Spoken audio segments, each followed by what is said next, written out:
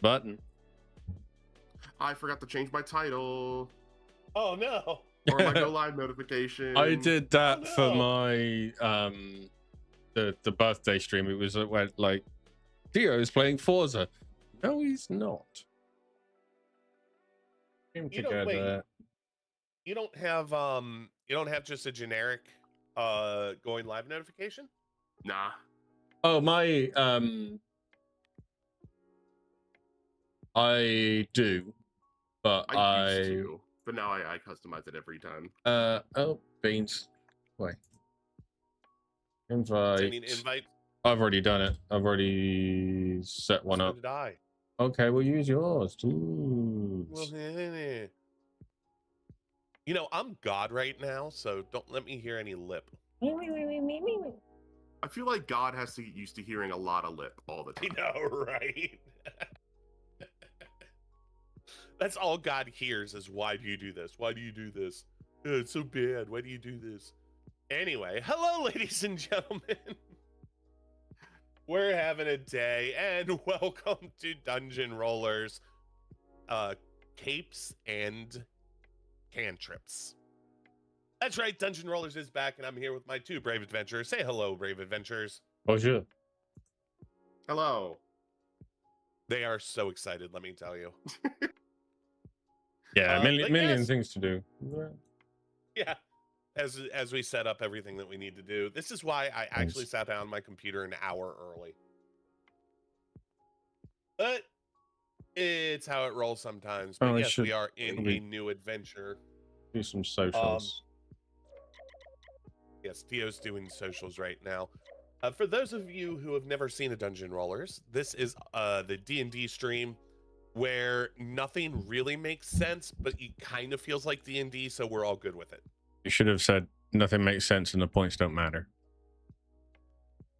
No, actually, the funniest point is always the one when you're like, hey, I'm going to run into this room without checking corners first. Yeah. We do But that. I am joined by Dietor, the flesh tuber down there. Hi, Hello, I have actual skin. And then right next to him is Trip, our resident PNG mushroom. How are you today? Hello, I'm doing pretty well, thanks. We have all three, like, I haven't actually hit the right button for that yet. D&D, there we go. We have all three, like, representations. We do. The three You could kinds actually of Twitch streamer. You could actually say this is the most inclusive stream when it comes to ways to stream on Twitch. Good God. Oh boy.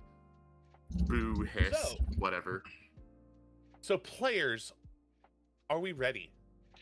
Yeah, Almost. Fuck off. I don't want to pay for fucking Twitter.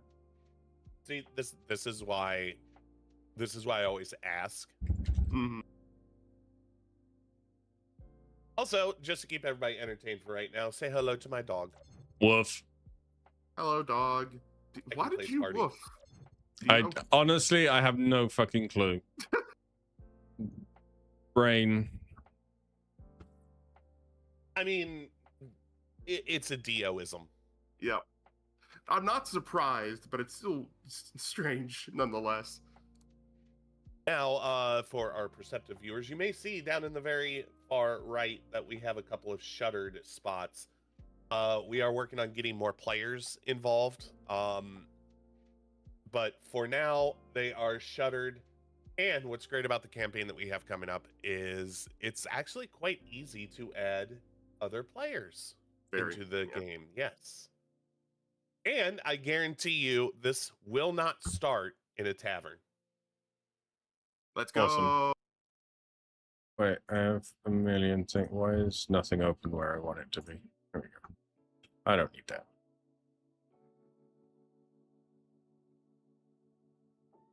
We're just waiting on the flesh tuber. Yep. I have everything like set up. It's just not all in the right place at the minute. You know what it is? This is a perfect representation because us virtual streamers have to have everything in place and ready to go when we go streaming, whether that's our reactives, whether that's our models and cameras and sensors, and you throw one new thing into the mix, like a camera Yep. to a flesh tuber, and they're completely lost. Oh. I do sometimes envy the simplicity of being able to just sit down and click the button. Clicky the Right? button. Okay, so I have like a million like opera tabs, and I have 3 monitors, and they're all very full at the minute. That surprises me because right now I have one monitor with Rusty's on it, and then one monitor with D&D on it, and that's it. So I've got the Roll20 on one screen. Half of the other screen is the popped out character sheet, and when I find the right button, trip stream. Away. And then on the other one, it's my Twitch dashboard and Anna's stream. That's fair. See, I have my Twitch stuff on my phone. See, I got like I only have 2 monitors. Last time I did this, I had a TV set up for a third, so I'd throw like the Discord over there to make sure the cameras were up and all that. Now I have things where like all you see when you select the window is just like the top bar of Opera. I do have a second monitor now. I was gifted a new monitor. I just need someone's help to physically set it up. That's fair. I'll be there in 6 hours. I have someone who's gonna come do it, but I just gotta meet up with him to do it and get the splitters and all that. Because we're working on upgrading my PC in the next Yay months as well. So this dual monitor setup will be temporary until the overhaul. Let me find some appropriate music. I don't know this playlist very well, so that's not appropriate. I have some very soothing Rusty's Retirement royalty-free music playing. I have my usual Spotify playlist. Yeah, I've got Ludwig stream playlist up because it's all royalty-free, so I don't have to worry about that. I just don't know any of the songs. Fair. Appropriate? Is this appropriate? No, it's a song called I Miss You, and I'm just scrolling through just like, what is something that's like epic but not too epic? You know what I mean? Yeah, absolutely, actually. Arena, what's this one? Oh, Trip is Bongo Cat. You smacked those spiders, Trip. Huh? Have I become a bongo cat? No, you have a bongo cat on your stream. Yes, I do. I have a bongo cat that sits on the farm lair. Sadly, it cannot bop the bats because I'm using the Oh, they're bats. I thought they were spiders. No, it's the so Rusty's Retirement did a collab with both Vampire Survivors and Balatro. So you can have farms. You have a gambling farm, and then you have a Vampire Survivors farm as new options. And I have little channel point rewards, so you can switch between the 3 different farm types. All right, players, are we ready? Yep. So, players, ladies and gentlemen, welcome to the city of Rotham. That did not change. Why did that not change on stream? Uh-oh. Anna's broken something. I have broken something. I don't know what I broke it. Are we meant to see anything different? Because we didn't see anything either. Yes, why didn't you guys drag over? Uh-huh. Hold, please. Yeah, something just went wrong, and I don't know what. Hold. Yeah, it's not working. I gotta refresh Roll20. Damn it. That's okay. It happens. Even Roll20 got tired of our shit after a while. Yeah, that stands to reason. Okay, that's weird. For some odd reason, it's not moving you guys over to the new page. That's really weird.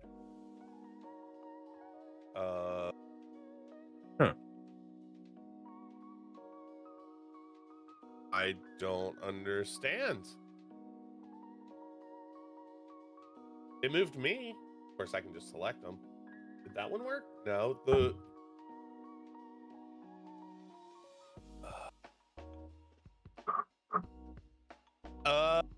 I see. Okay. I think I see. Nope, that didn't work either. What the hell is going on? So everybody should be seeing the map of Rotham City right now, and nobody is. We see your dog. Dog. Dwarf. Please hold while we work out these technical difficulties. I even found appropriate music too. But yeah, because you should just have to drag the ribbon over, and it loads everybody onto that. Maybe if I do a focus ping. No. Oh, what the fuckity fuck? Hold on, reloading. Okay, everybody reload their roll 20s. I want to see something.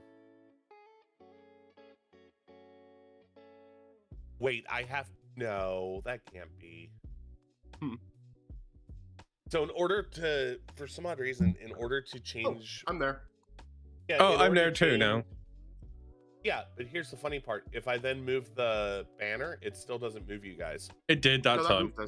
Yeah. Oh, it did that time? Yeah. Mm-hmm. Let's try one more time. That Yep. moved you back. Yep. It did not move chat back. So I have to actually physically change chat. That's fine. Yeah, that's fine. The joys of being a dumber. Welcome to Rotham City. The beautiful gleaming streets of this city actually... I'm sorry, let me start over. The beautiful gleaming streets of this city, of the crown jewel of the kingdom, belay what really is going on in this town. Because you see, the local police force have been struggling to keep a hold of the actual city itself. Not just from the outside, but from the inside as well. Inside the city, you will see streets that are paved in marble down the main streets. You will see gold leaf everywhere that you look. But go down one or two aisles, one or two little paths, and you see the rot starting to spread. This town may have the name Rotham and is ruled by King Julius. But in reality, it is the individual gangs that control this city. Now, our two players have lived in this city for many years. They know what areas to and not to actually go into. And this brings us to the very first roll of our game. Players, if I could get D20s, please. Yeah. Give me a number between 1 and 6. Nope. Got a 15. I got... What's that? I got a 15 as well. Oh, roll it again. Damn it. My metal dice is a little bit hard to read. I'm going to put that one down. Critical roll dice. It's on the floor. This is going so well already. I got a 17 off the floor. Trip? Yeah. Your roll, please. I tied. You tied, gotcha. so we're re-rolling. 16. Almost another tie. Okay, so we're going to start with Dietor. Dietor, could you tell us a little bit about your player or your character, Derek Blackthistle? Derek is just your average office worker. He's a low-level number cruncher for an accounting firm called Davidson, Jones, and Morgan. He's 25. He's like nothing. There's nothing really special about him. Yeah. Fair enough. So as you are clocking out for the day,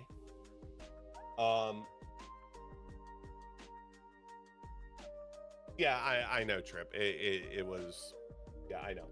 Wait, what have I missed already? Where's just secret stuff. Secret chats. As you are secret tunnel? As you are clocking out for your shift, one day, your boss comes out of the office. Damn it, Black Thistle! I wanted those reports by the end of the day. Where are those damn reports? Well, there were about 4 of us working on them, and they're about like 98% done, but we were missing some information. You should have brought this to my attention yesterday, Black Thistle. It shouldn't be that hard to add 2 + 2. I mean, you only asked us this morning, and there are numbers missing, and it didn't really make sense. We've been on it all day. If I don't have those reports in my inbox by 9 a.m. tomorrow, you are fired. He slams the door to his office, shaking the walls. Dick. So I'm assuming you're just going to go home. Yeah. Okay. So explain to us, like, where do you live? Like, what type of domicile is it? I mean, if he doesn't earn that much, so it's not the lowest of the low, but it's just your average house. There's nothing special. It's half hour's walk from the office, and yeah. Okay, so it is a house. It's not an apartment. Yeah, but it's only like a little, like, 2-bed, tiny little starter home. Yeah. Starter home. Well, as you pull up to your house and walk up to the front door, you notice that one of your windows is completely smashed in. Bastards. I will run over to my front door, drop my keys about 4 times on the way over, and then take far longer than it should because he's stressing and nervous, to try and get his door open. Okay, you open the door and your house is completely ransacked. Well, this is the last thing I needed today. As you walk through your house, you notice every single room has on the wall a painted, what looks like a paw print on each one of your walls. Could you roll a insight for me, please? Insight. That would be an 18. A what? 18. Okay, so we found a ladder. We found a ladder. Yes, we just got a ladder. We just got a ladder. We just got a ladder. I'm just gonna sit here and go. No idea what's going on. Americanism, don't sweat it. You know that you live on the outskirts of what is colloquially known as the Zoo District. And you also know that the zoo, which used to be world class, is actually now closed down and is out of city control, let's say.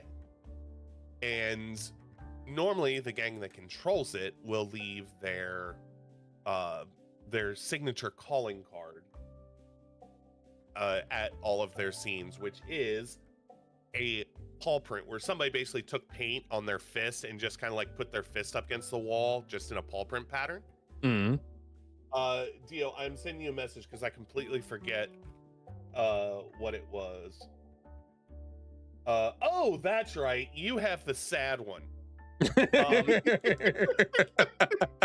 You have the sad one. Oh. You have the really sad one. Yes. Chapter 1, the sad one. As you walk to your backyard, you see the dog, the actual like dog print. Oh God, I just screwed up everything. There we go. You see the dog house that you have set up for your dog. What's your dog's name? Morton. I'm making everybody go through this if you made me go through it, motherfucker. Valid. And As you walk out, you see just one paw, one arm of your dog reaching outside the doghouse. And you see blood on that paw. Morton And runs above over to the dog. Yeah, your dog was your dog is no longer with us. And What was above the entrance to his doghouse is that same exact paw print sign that you saw before. what did Morton ever do to you? It was such a peaceful path. Well, what are you going to do about it? I just want to point out I am completely like deadening this the way that he described it to me before.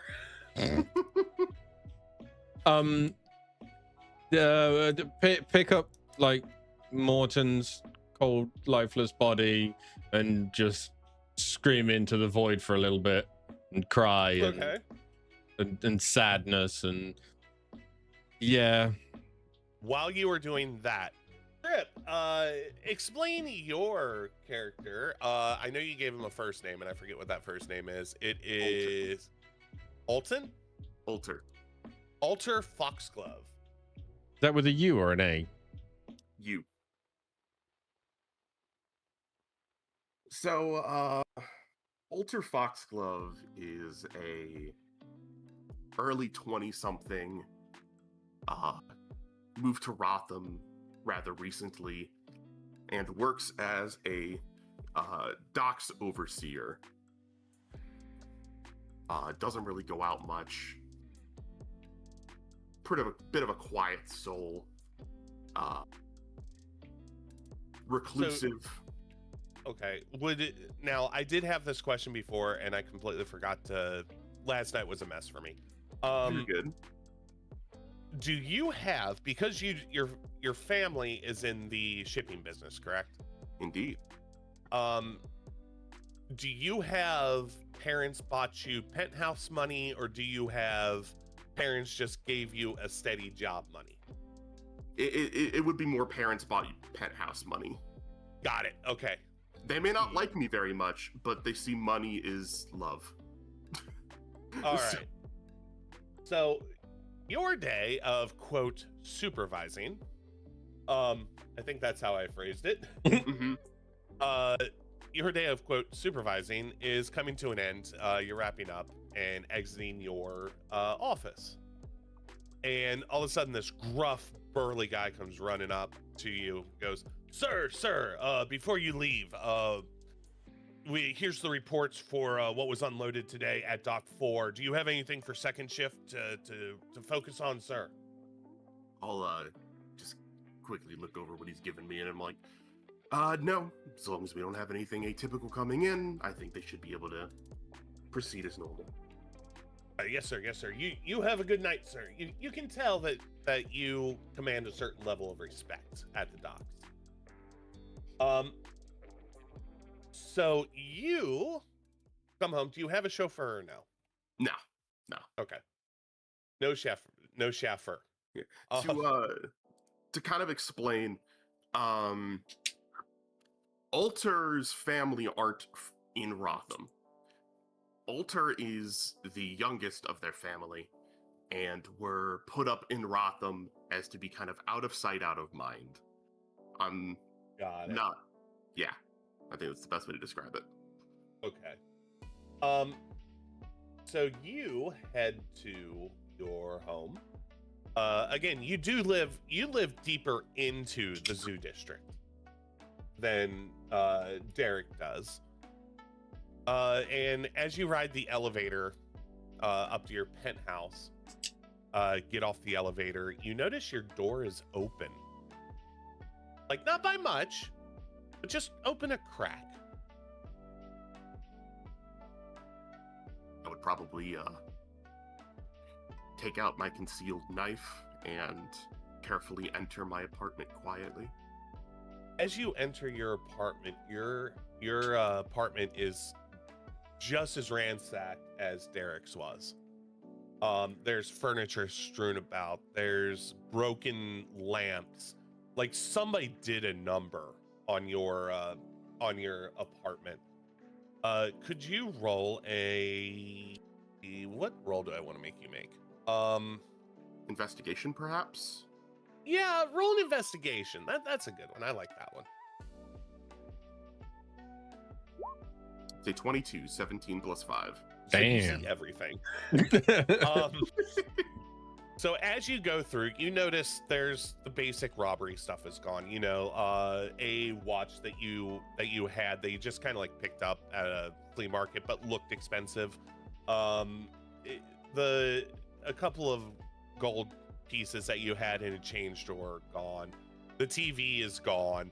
But then as you walk through, you look above your mantle and you notice that there is a blank spot where your before I go any further, you know what I'm talking about, right? Yes, I know exactly what you're talking about. Is it a family heirloom? And no. No, it would be Okay. a prized antiquity would be You how my notice- character would refer to it. You notice that something that you found at a flea market and was appraised to be over 120 years old, which you mounted above your mantle because it's a statement piece, right? Oh yeah. But that bow is missing, and in its place, somebody took their fist, dipped it in ink, and put a paw print up on the wall. Could you? I'll give it to you since you rolled a 22. You also know that this is the calling card for the gang that controls your area, and that they are located at the zoo. These guys. What do you do? I would probably go to my special little hidden trunk. They did not find the trunk, just so you know. Yippee. Yippee! Well hidden in this apartment is a large trunk, the kind you would kind of find like on an 1800s style like hunting lodge. Right. And they pull it from the secret compartment and open it up to a very nice, strange looking set of armor, along with 2 little dart guns and a obviously much less fancy longbow concealed inside. So can we assume that you are going after them? Oh yeah. Okay. So you get dressed. It's a little awkward because you don't typically wear this stuff. So like getting dressed in armor is not something you do every day. Nah. So it's a little awkward, takes a little bit of time, and you head off towards the zoo. Dio, you have been crying over your dog now for like an hour. What other emotions are we feeling at this time? The anger and the need for retribution is increasing. So what is Derek going to do about this? He would spend a bit of time first digging a grave for Morton. I think that's fair. By the way, you just real quick, when you pick up the body, you notice a few parts are missing off of the animal. Oh, and that just enrages him even further. I will So rage bait the shit out of you, yes, motherfuckers. yes, you fucking are. As you should. So he wouldn't have anything around to do anything, but he knows that while yes, there is the gang that's this side of town, he knows there are the places people try not to look at that would be able to sell him what he needs to go and avenge Morton. So, as it's hold for a second. Mm. So, are you trying to say that you would go shopping? Just for a few essentials. Okay. Let me look at something really quick. I apologize. I should have predicted that you would go shopping.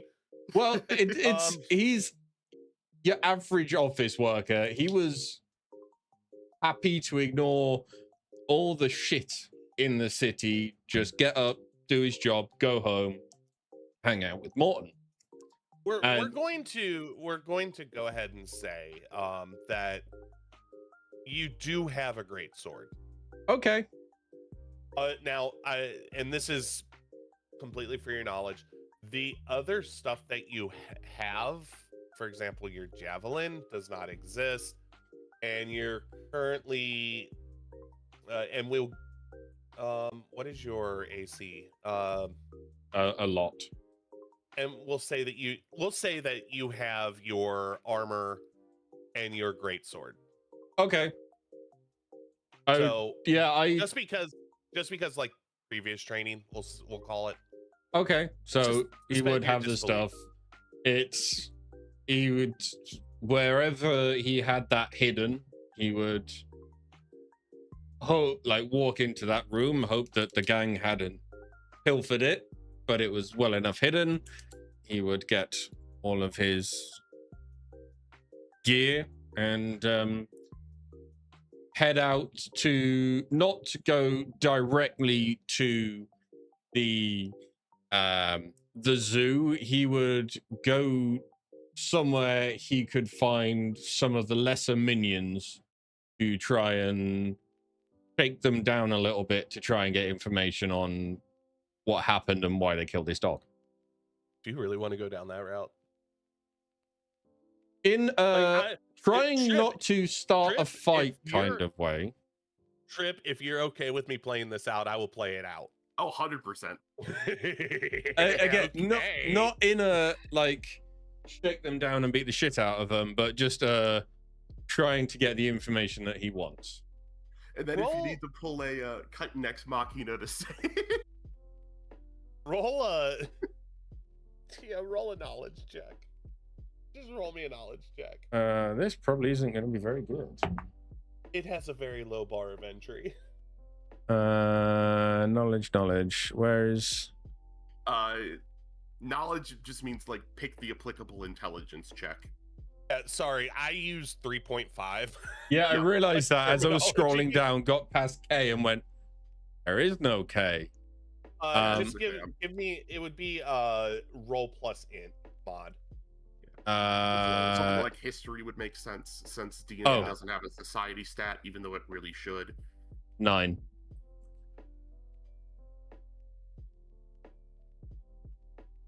Okay, how do I do this?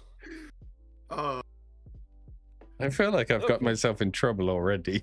I feel like I have to make a dungeon really quick. All right, we're going to paint a dungeon. We're going to say this. You drive the neighborhood, okay? And you talk to a couple of locals, okay? And you just walk up to them and said, you say something along the lines of guys with paw print kill dog. You're so upset you can't even communicate properly with these people. Nobody knows what the hell you're talking about. They just point towards the zoo.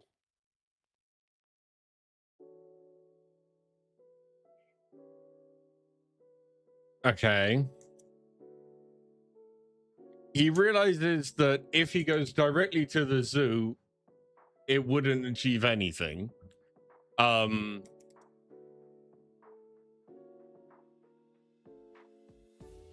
Would he know if there's anything in identifying this group, not a uniform, but anything uniform identifying, so a mark or something for them? Roll me. history. Roll a history. 10. 10. You know that the members are typically able to identify each other by either a zebra or a zebra stripe or like a leopard print scarf. Other than that, no. But you also know that the only time they really come out of the zoo is when they come out to like threaten a business or to defend their territory. Like that is their only stronghold. That's the only real place you're going to find them. I think he would park up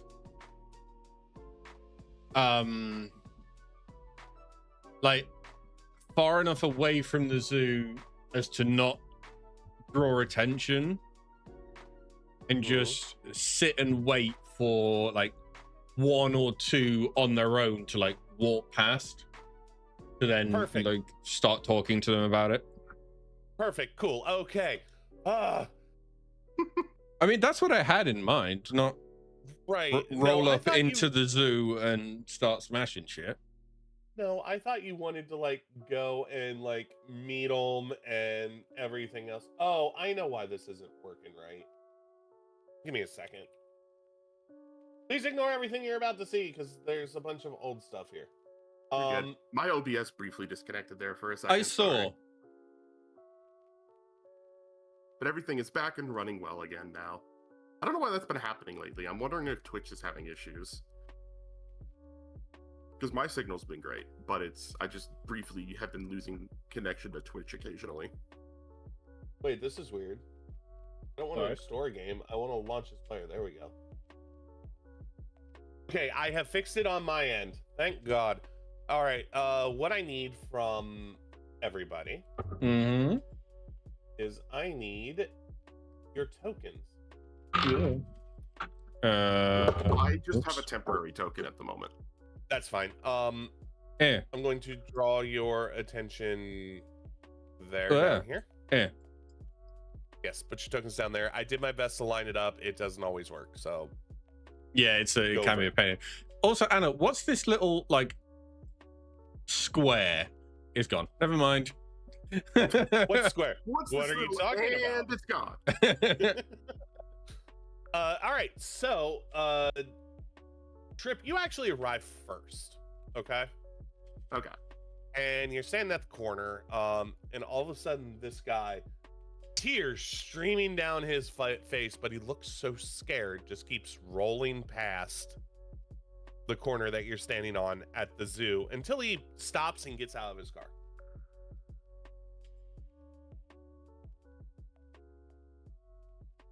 Dio, at the same time, you keep driving like around the block of the zoo, and you see this person standing on the corner of the zoo, kind of looking towards it. Probably quite a strange sight as well. Oh yeah, he's also wearing really weird armor and has a couple of weapons on him. Well, I would stop and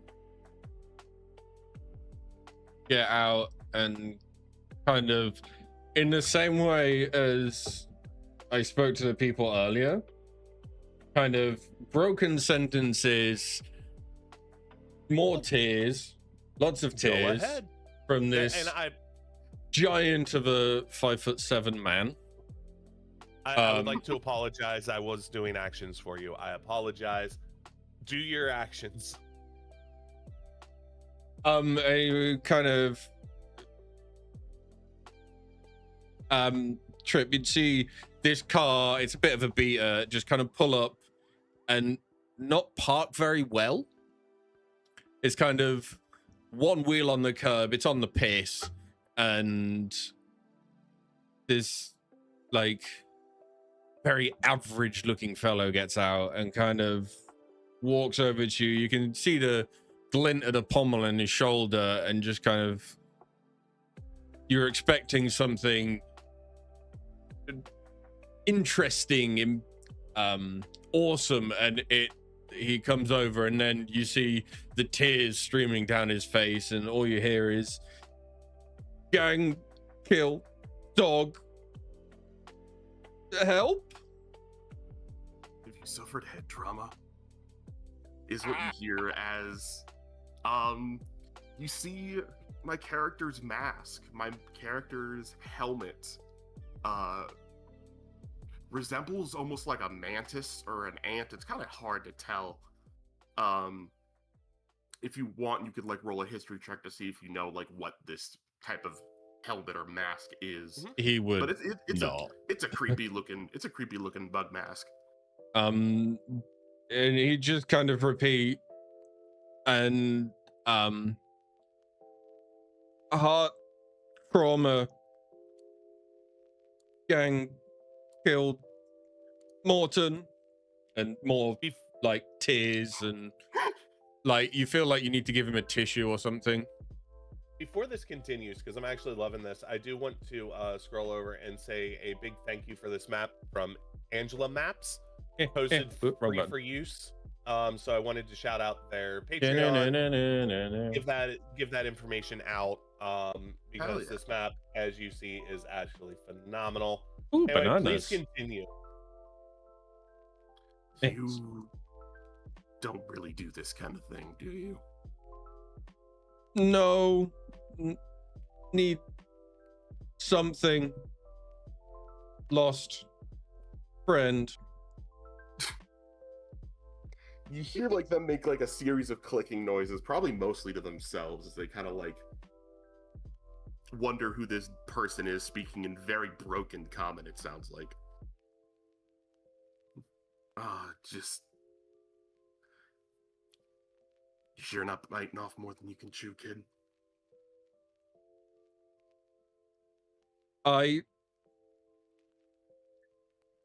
And like he goes to start that sentence, and then pulls a tissue out of his pocket and just like wipes his face, blows his nose a little bit, goes to put it in his pocket, and then more tears start, so then he wipes his face again. Oh, God. Okay. They killed my dog. I need to do something.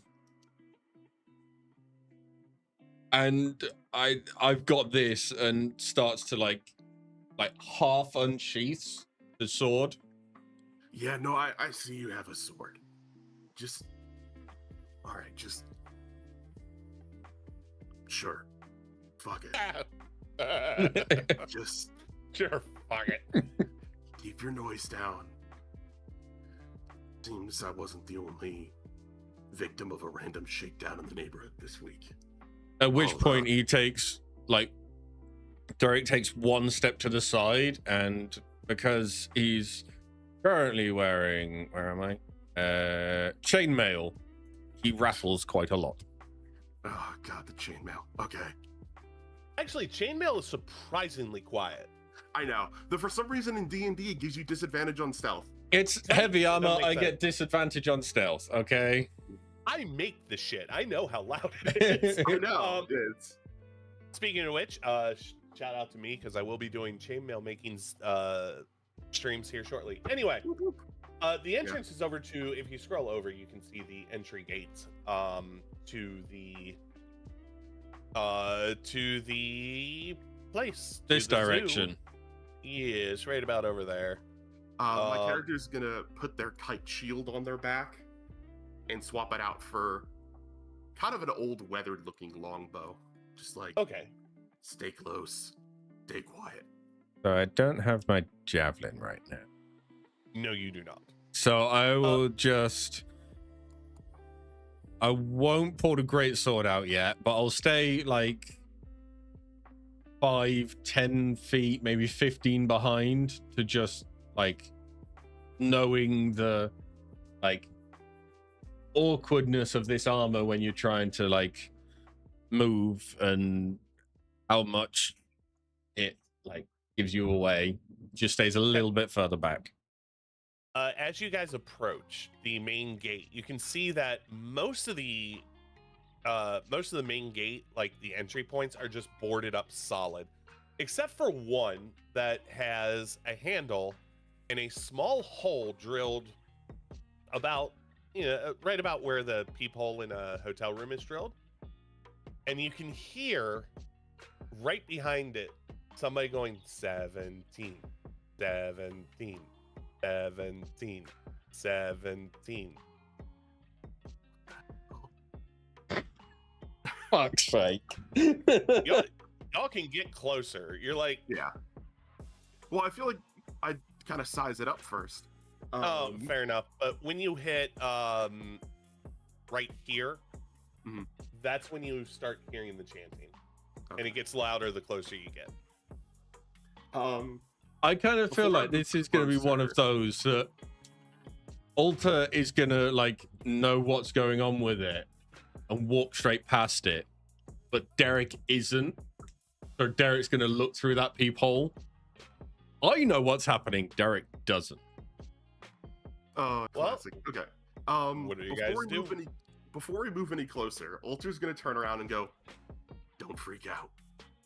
As they put their hand on the ground, and you see like the individual little scales of their armor kind of like shudder a bit as the color changes to kind of blend in better with their surroundings. Oh yeah. Okay. Keeping it quiet, like knowing they're trying to be a bit sneaky, Derek will kind of go, "It's so cool." I know. What's the wall situation like? The wall situation, it's pretty much all boarded up to about 10 feet. Okay. Yeah, so like it's normally like if this was a functioning zoo, it'd be just like fences, but they took plywood and on the interior of the fence just piled it up and secured it so that you can't actually see inside. With the climbing gear, does it look safely climbable? No, these are vertical. Like it has, instead of horizontal slats, they're vertical slats. So you can't really get a purchase.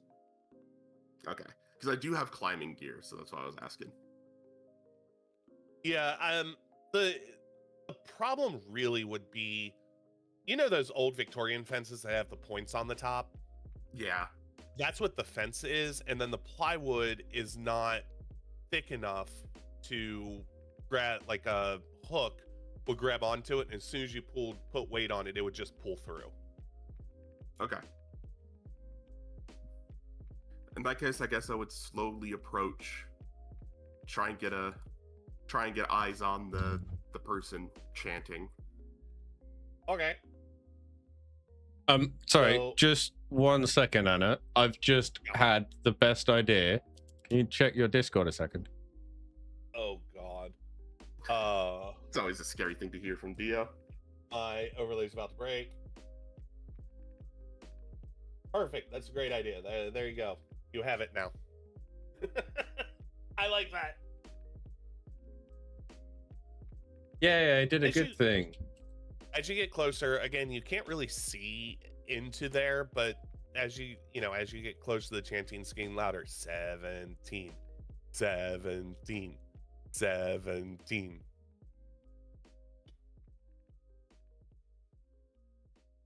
Again, I don't know how you would see like how Alta would do this, but what I said a second ago, Trip, about you kind of knowing it and kind of not like puffing at yourself like idiots and then like walking past it and then Derek just sticking his eye right up to that hole to see what's going on the other side.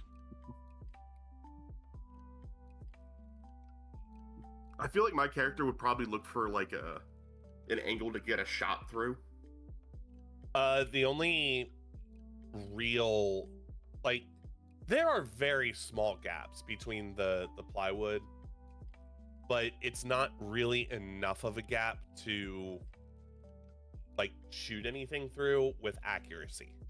I do get to ignore non-full cover with sharpshooter. Yeah, but you just don't see a target. Fair.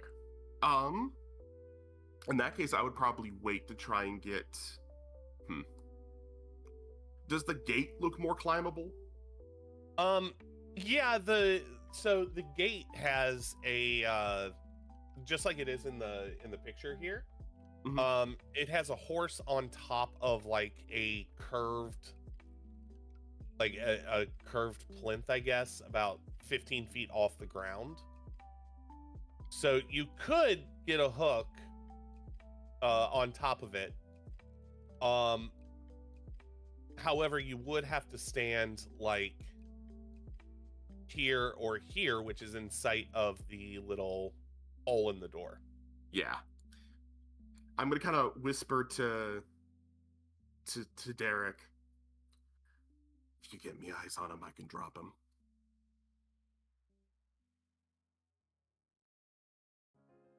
I'm not really being sure what to do in this situation. So is the peephole like here?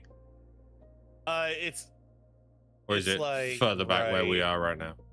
It's right there. It literally middle of the gate. Okay, then hearing what this strange ant creature has to say, at this point, eyeball on hole.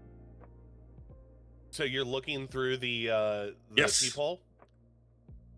I want to make sure you're saying you are looking through the peephole. And again, Dio knows what's Yeah. about to happen. That's fine. That's fair. Okay. Derek has no idea what's about to happen, and Roll a 1d4. give me a 1. Yeah. One. Okay, so as you put your eye on the peephole, all of a sudden a finger comes out and pokes you in the eye. Motherfucker. And you hear laughter on the other side, and you hear 18, 18, 18, and it starts to fade off into the distance. As I see the finger poke out, I whisper, "Perfect." As I pull back an arrow and use a seeking shot, which lets my arrow ignore normal aiming rules and take aim and hit a target I've seen in the last minute. That you've seen in the last minute. Yes. So by watching him, Derek, get poked in the eyes by the finger, if I see that finger, I can land a shot. Oh no, he pressed his face up against it. Boo. So the finger never went That's through. so cool. It would have been so cool. One job. I'm sorry, I had to do that just because I saw a short on that, and I was just like, "Oh, that's so funny." I've seen that joke so many times, all over the place. My character would probably mutter to himself, "Damn it, man, you had one job." So now you have a sore eye. You took one point of damage. You have a sore eye, and now you're in front of a door with a handle and a hole for a peep. Can I try again with the other eye that isn't hurted, that hasn't just been poked, but like far enough back that knowing what just happened, like more than a finger's width length back, just try and get an overview of what's the other side of the door? Sure. So as you look through, you see the main entryway of the zoo proper. And towards the end of it, you actually see two ways that splits off. One to the left, one to the right, and it also continues as well. I will. Oh, let me also say this: you do not see anybody standing by the door anymore. Okay. I will turn to unknown figure and say, "I think they've gone." I'll kind of nod, switch back to my shield, and object concealed in other hand. You probably can't quite tell what it is. I mean, I've only got one eye at the minute, so you know. Yeah. Welcome to the club. We have meetings every other Thursday.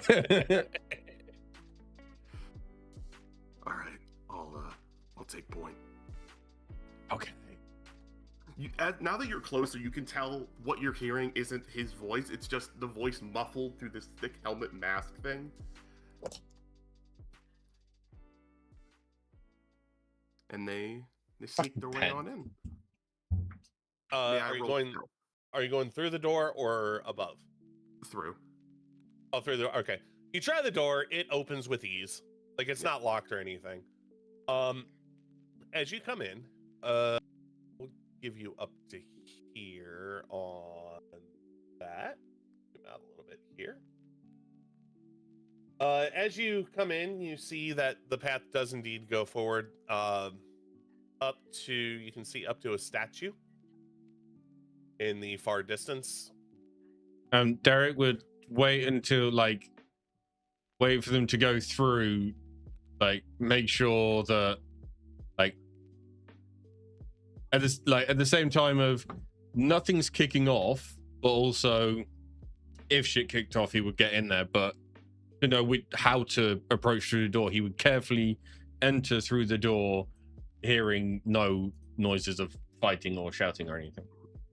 Okay, give me 1 second while I reveal a bunch of areas. Yeah. Okay. That's a lot of Venus flytraps. Yeah, it is a lot. It's a very nice Venus flytrap. It doesn't do anything to you. Okay, so as you enter, you see the entry garden to the actual zoo. Also, I am trying to do this in 3 different spots at once. Yeah, that's fine. As you look to your left, you see an area, the path kind of worms around, and you can't really get a clear shot what's past the bend in the fence here. You can see through the fence, and what you can see is not really clear, but you can kind of see up to, we'll say there. Ignore the mall. It does not exist. Ignore that thing. Ignore the giant gaping mouthy hole in the floor. Straight ahead, you can see that it's a tree-lined area that goes forward until you can actually see a statue, which looks like it's in the middle of a little roundabout thing. Off to your right, you see more flower beds.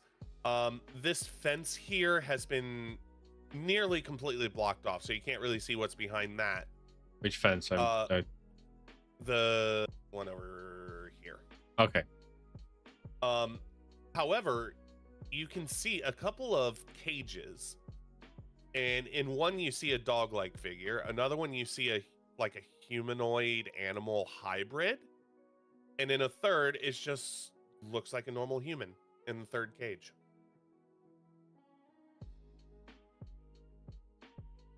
What do you think they're doing with whatever's in those cages? Want to find out, but maybe not yet. So not to the right where the cages are. So left or straight ahead? You do hear, and I apologize, but you do hear voices on the left path. This path here. In that case, I'll sneaky over here. Okay. Do you want to move yourself up to here? We'll just stay covered to there, so that I can uncover a whole lot. And again, the whole 15-foot gap to. Oh, that's a lot of them. Okay. So, as you uncover, you see one guy excitingly, this guy right here, excitingly yelling, "I can't believe I got him! Oh man, that was awesome!"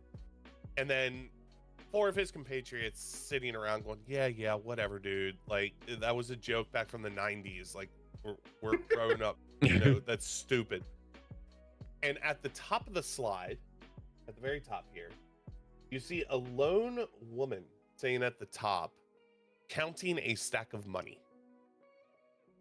And you also see just off to the side, right there, is a treasure chest. All right.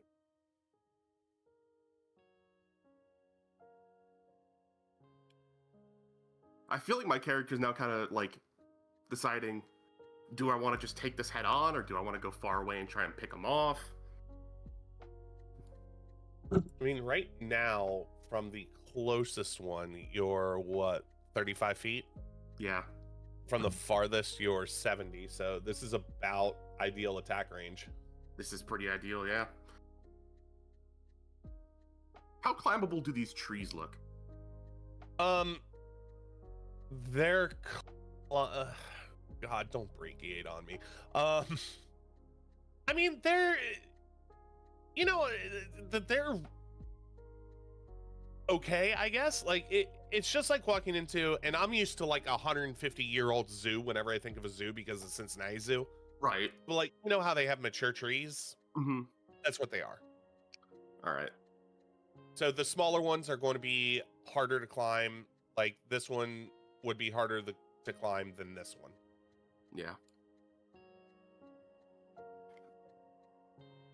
I'd probably try and scale this fence to get into this bit. Okay. Give me a acrobatics. Yeah. I think that would be acrobatics. Yes. 22. 17 plus 22. 5. All right, you vault into that fence. It was only like I mean, the fence was only like 6 feet tall, so it's not like climbing Mount Everest. So okay, you're in here. Give me a stealth check. Yeah, I was gonna say. Thankfully, I have advantage on stealth. Advantage. I'm gonna roll both and then just higher one. Okay. So that's a 13. 13. Mm-hmm. Okay. So nobody really moves, but you notice that. Actually, how do I stealth roll again? Perception or passive perception. Oh, that's what it is. GM roll. Yeah. Oh, yeah. How do you? Yeah, I get you. Oh, I don't care about that. All right, you you don't see anybody actively react.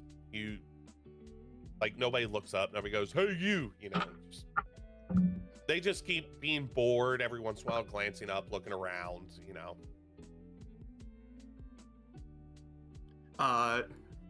Dio, what are you doing? Yeah, I was gonna say, what's Derek doing? Derek's gonna see what the still as yet unknown figure does, and try and like up to here, but kind of stay behind the cover, so like halfway between these two. So he's like, give me a stealth roll. No, this is not gonna go well. I feel like my character probably anticipated. I better get out of the way because the noob with the big sword is probably about to get seen. With disadvantage, 17. What? I rolled a 16 and a 17, and I get +1 to my stealth.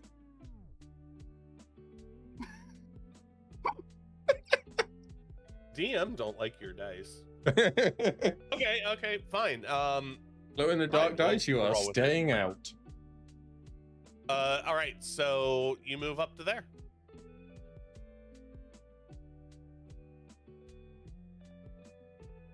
I'm gonna kind of like wave at you, and I'm gonna go. I hold up a letter. I hold up a 3, a 2, a 1, and then on 1, I'm going to shoot a dart gun or little. It's a hand crossbow we flavored as a dart gun. Yes. Person on the slide. Okay. 1 second. Making sure I have the right encounter up. I do. You will find that a lot of the stuff that we're using is just reflavored. Just reflavored monsters from D&D. So yeah. If things don't sound right based off of what we're explaining, just know we have it under control. Also, I'm going to have to change this encounter. Okay. No, Is one of your stat blocks not coming up? Correct. So it's still going to be the same, kinda. You're good. Let's have to change one thing. There we go. Okay. So go ahead and roll for your attack. Am I considered hidden to this target? We will say, yeah, you pass stealth, so we'll say you're into it. That's a 25. I hope that hits. Yeah. And on hit, I will trigger a grasping shot. So this weird bulky looking dart flies, and as it hits against their chest, it opens up into a little net. And it wraps them up. That's just y'all being mean to my cute things here. All right, what's damage and what does it do? Yeah, so they're restrained for 1 minute until they succeed on a actually start with a strength saving throw. Okay. From the target. Just quickly, Trip, because you're at your thingy disconnected, you're not in the shared chat anymore properly. Oh, can you pop me back in the shared chat, please? Yes, it might break because you're technically still in it on my screen. No, I got it. I fixed. Cool. All right, so it's working now. Cool. All right, what do I need to beat here? You need to beat a 13. All right. What's damage? I'm rolling that right now. It is 2d6 plus 3 for 12. Okay. So the woman at the top, she's sitting there counting money, and all of a sudden, all you hear is boom from your. You said longbow, right? No, I'm using the little dark gun. Yeah, the dark gun. You just hear a from the dark gun, and all she has time to do is out of the corner of the eye, she sees this dart rolling in, and it just straight into her chest. And while she's counting money, she just freezes as she's wrapped up tightly in the net and falls off the top of the slide to the ground. But the way that she hits knocks one of the ropes loose and she's able to wiggle free. I'm assuming that's what the strength check was for, yeah? Yeah, it's whether or not they get caught in the net on hit. Okay, yeah. She does get wrapped up, but because of the way she fell and hit the ground, the net just kind of falls loose. That's okay. Dio, I will give you one attack of opportunity. So Derek will, seeing the woman fall off the thing, realizing it's go time, will sprint around the corner. On his way, thinks about doing something cool to jump over this, realizing he will probably fuck it up, so he runs around it. That is 30 feet from where I was. And cool. While the guy still has his back to him, not really paying attention, just brings the greatsword down onto the back of his shoulder. Okay. Roll for damage. Don't need to rotate.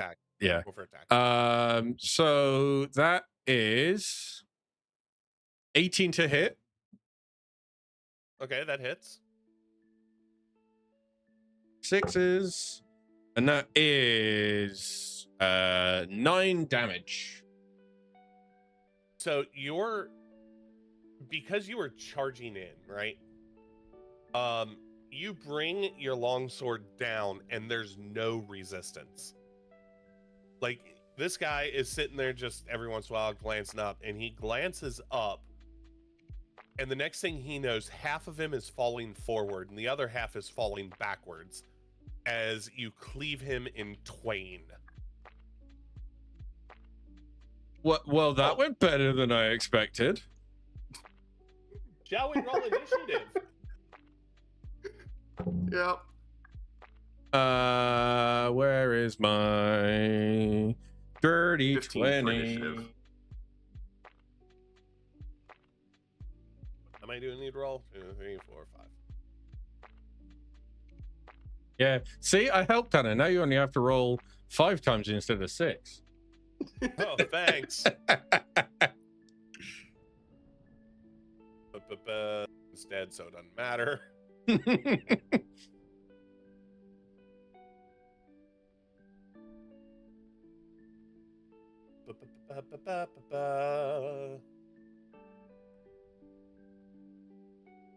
Wait, is it? Hold. 2, 3, 4, 5. Yes. Oh, that's why. Never mind. I thought I messed up. I did not. You're good. You're good. All right. Let's do. Who wants to say theirs first? I think Dio said he got a dirty 20. Yes. All right, and I got a 15. Yeah. Cool. I love this initiative tracker, by the way. Dio,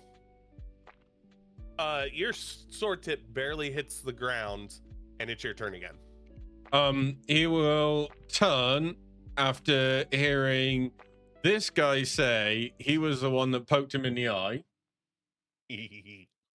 And he did poke him in the eye. As he gets up to him, kind of just goes, "Now it's your turn," and brings the greatsword down upon him. Okay, roll for attack. I did not expect this character to be so bloodthirsty. I know, right? It's one of those that he's a normal, gentle, like mild-mannered guy, but someone killed his fucking dog and he's pissed. So that will be an 18 to hit. That hits. And that is 5 plus 3, 8 damage. Wait, how much? 8. 8 damage. All right. So you drive. God, Tio, you are so mean. You drive your sword straight into his eye socket. Oh. And it doesn't stop. And at the very end, right before it's about to hit the hilt, you just slide it sideways and cut horizontally, popping the lid off of half of his brain. And he just falls over completely and totally dead. Before, like, as he's falling, he'll take, like, a step back to try not to get too much more blood on him. Oh no, there's blood all over you right now. You just cut a person in half and cut a head in half. There's blood on you. Yeah, that's you don't really get. You're not. Beggars can't be choosers when it comes to how much No, blood. but not like it's like one of those natural reactions of like, oh, blood, and then he'll kind of like take a step back and then look down and go, oh, it's a bit late for that. Okay, now it is Trip's turn. So, Alter, what are you doing? I'm probably gonna shoot for the lady with the money again, so she can't run away. Okay. Am I still considered hidden to her? Or did she see me shoot her? She saw the direction that the dart came from, so she knows you're there. Okay. She's very much in pain. Yeah. How much damage? 4. Oh. So she hits the ground, right? She still has the money in her hand, and as she starts to shrug up off the ropes, she lifts her head and goes, "What the thunk?" straight in between the eyes. Oh. Can I flavor it differently because I'm not killing her? Oh, yeah, you can. Gonna use one of my little sharp darts and get it right in her neural plexus. That little part in the middle of your chest where all the nerves get bundled together. Nice poke in there to keep her temporarily paralyzed. Cool. So unconscious, not dead. Now, Dio, I apologize. Would you like to not kill your opponents?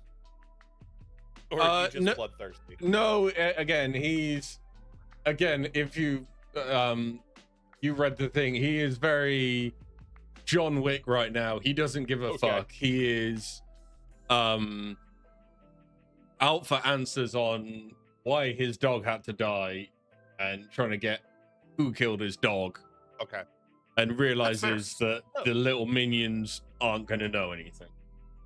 Okay, so the lady has a chance to lift her head up and go, what the? And that arrow comes in and hits, but it hits in the perfect spot where she is quadriplegic, but the nerve bundle controlling breathing is unaffected. Yeah. See, what happens if you get poked in the... since I made an assassin character, I did a little research into some of these things. Apparently, if you poke there just right, as long as the needle's in there, they can't move. Oh. Okay. So the horrifying truths of the human body. There's a lady here who is slightly unconscious, conscious, but in pain. Can't do fuck all about Dio, it. Also, how much HP do you have, Dio? 32. Also, I still have a thing I can do on my turn. How much? One more. I have over 30 health. I need a direct number. I gave it to you. 30. Oh, my max is 33. But I lost one because I got poked in the eye. Thank you. That's what I wanted. Why are you? I can't fix it now. Cool. Whatever. Since I attacked with a light weapon, I still have one more thing I can do on my turn. Okay, go for it. I'm gonna move. You said this hole isn't here, right? Correct. That hole is not there. I'm gonna move over to there. Okay, go for it. And throw a dagger at this guy. I'm going to give myself the accuracy debuff choice from sharpshooter to try and throw for a trick shot, essentially. I lower my accuracy, but on hit, I get more damage. Am I hidden from him? No. At this point, they all know you're there. You had 13? 2 attacks coming from the same area. Yeah. That hits. Yay! 14. Fuck. Plus 10. Jesus. Yeah, you gamble. Oh, sorry, actually, that wouldn't have been a 13. I forgot to take the sharpshooter bonus down, so I would have missed. That would have been an 8. I forgot. I minus 5 to the hit. I would have missed. An 8 to hit? 8 to hit, yeah. Yeah, you hit. Oh, I hit with an 8, and that, yeah, 14 damage. So with sharpshooter, you can reduce your bonus to hit by 5, and if you still hit, you add 10 to the final score of the attack. And that's on this guy, right? Yep. Flavor it down. I'd probably throw the dagger right and hit the handle against the back of his head. Ooh. Okay. So this guy, he watches his boss get hit by the first dart, kind of turns around like, huh? Boss, are you okay?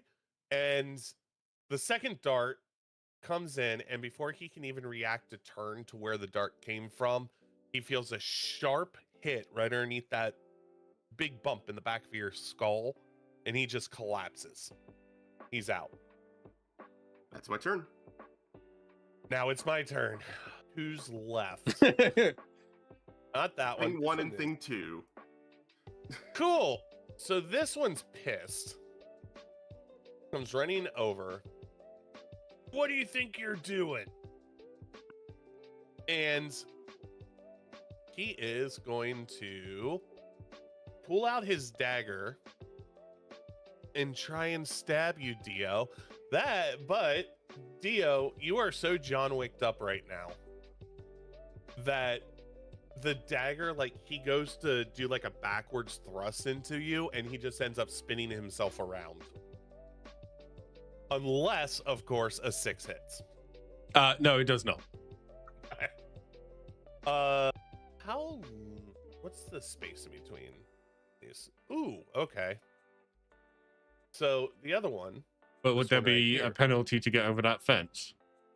Will you allow me to DM, please? I'm just checking. Yes, there is a movement penalty to hurdle a fence. This other one sees where the darts are coming from and just goes, I'm good. Runs over to take on Derek with his brethren. Fair. If I saw a weird person in bug armor hiding in the bushes shooting, sniping people, I'd be like, nope, I'm good. I'll fight the regular human. Thanks. And does a 18 hit? Just, yes. Yes, it does.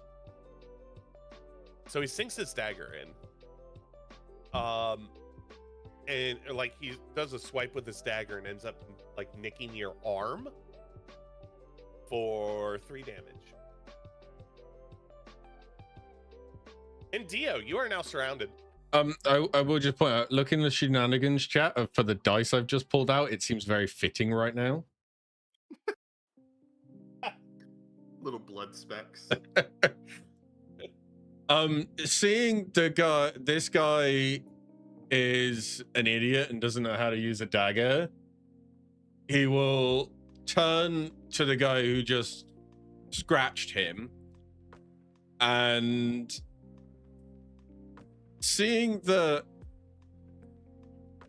Ant-Man, Mantis guy, whatever, is trying to go a little bit like non-lethal and isn't killing people, will temporarily think about like pommel bashing the guy, but then he remembers they killed his dog, so we'll just run him through with the greatsword. Okay, roll for it. And that is a, what am I looking at? 12. A 12 hits. And then we get that's 11 damage. So you wanted to run this one through, right? Yes. This one specifically. Yes. Okay, so that kobold, he scratches your arm and looks at you with a smug look that turns into horror as he feels your steel slide into his gut and just straight back out. He looks down, looks up at you and goes, "Not cool, man," before he collapses and dies. And then, but like, as he ends his turn, he'll kind of look at this last guy and say, "Do you really want to try it?" And the last guy doesn't even respond, but he has a bunch of fear on his face. All right, that would be Alter's turn. I'm gonna go for another sharpshooter shot with my this time with my little dart gun. Okay. Does a 13 hit?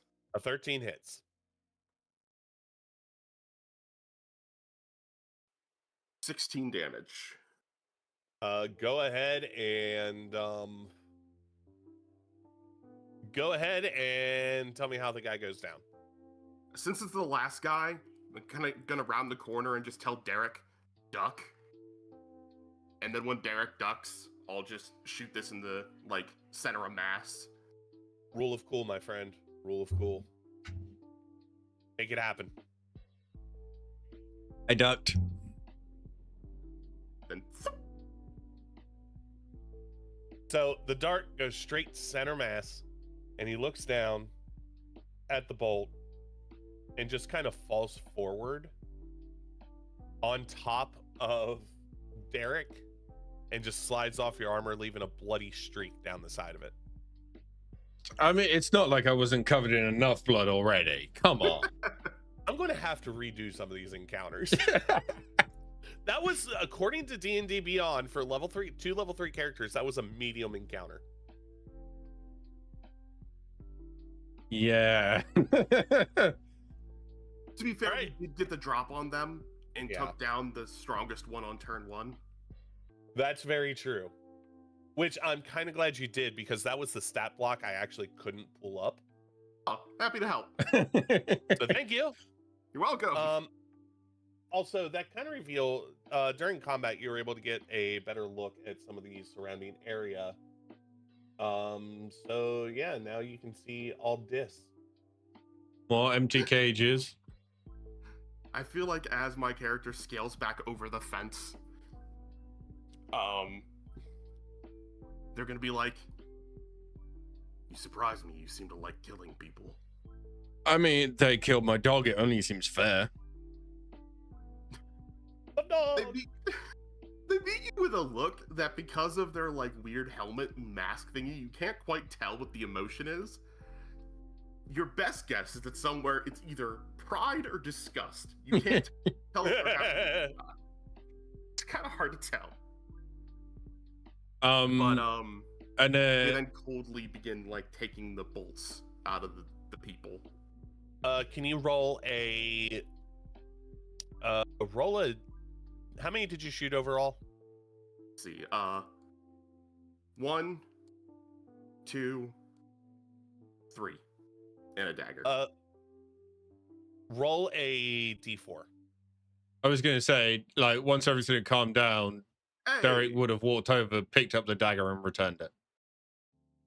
All right, you got all your bolts back and your dagger. Yippee!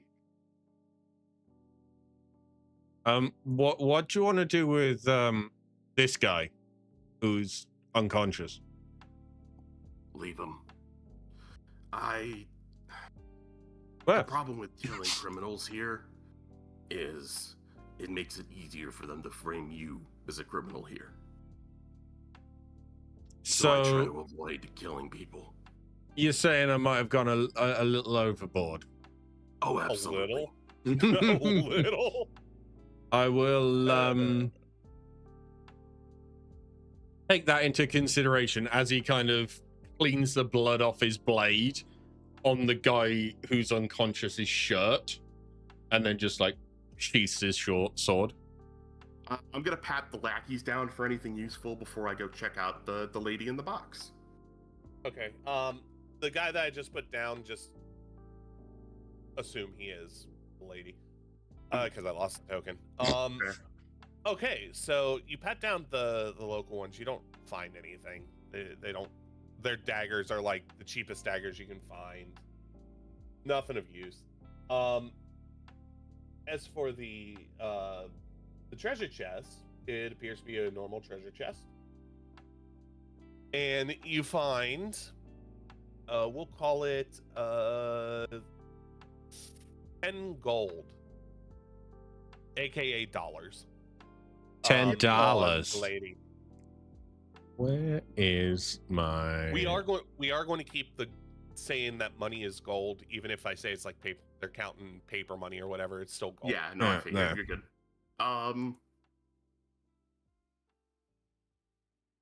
My character will just straight up hand you the gold. Cool. Hand you the money. Thank you. Considering they killed your dog, might as well make bank from them if you can. My doggo. Now, folks, when Dio first told me his plan to have a dead dog, I went and hugged my dog. As you should. I was initially very unsure about the dead dog. I didn't realize you go full John Wick. But I immediately realized he was going to go full John Wick, and I'm like, oh, I see. So my character's going to end up becoming like a mentor to hone in this chaos gremlin of a revenge seeker. Yes. And I'm very here for it. Would somebody like to open the chest? Yes, I would happily open. Oh, I thought the money was in the chest. No, the money was what she was counting. Okay. Inside the chest, you find a lot of like blunt and broken weaponry. However, you do find a single javelin that's in good shape.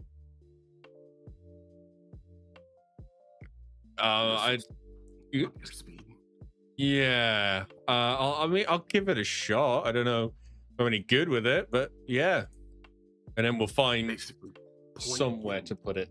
Chuck it. It's pretty straightforward. Yeah. I don't. The sword I've had a bit of practice with. The javelin not so much. You'll be all right.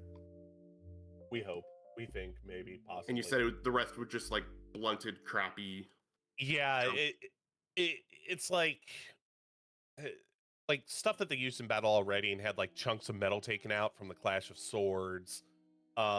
daggers that have been broken off, pieces of armor with like huge holes ripped in it and blood stains. Like none of it's really usable.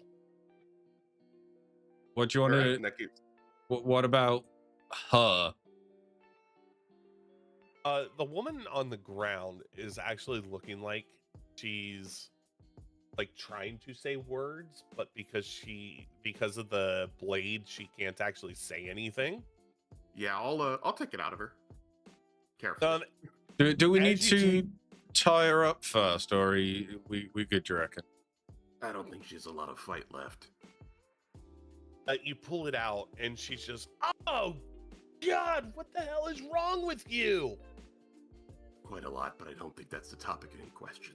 What the hell did we do to you? You just decided to start killing, and God, Frank, look what you did to Frank.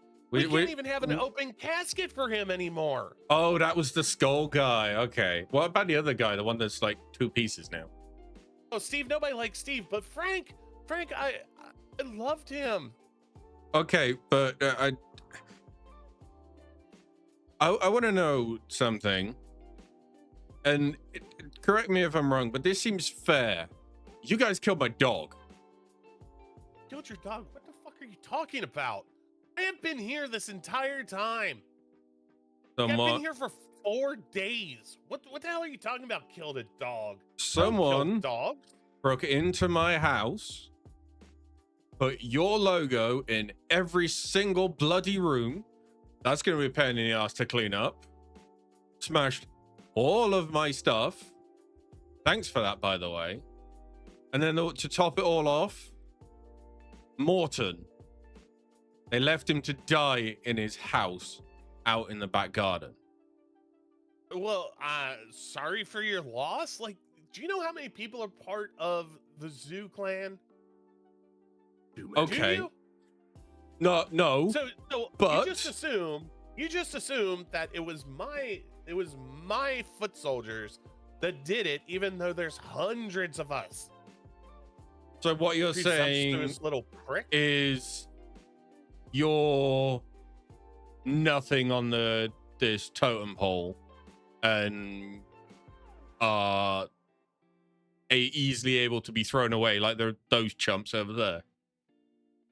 As he kind of puts his hand on the grip of his sword. No, let's not be hasty. I am the accountant after all. So you can look into it and see. Why would I do that?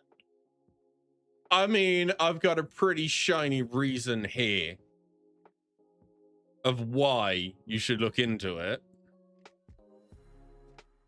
So let me get this straight. Somebody kills your dog.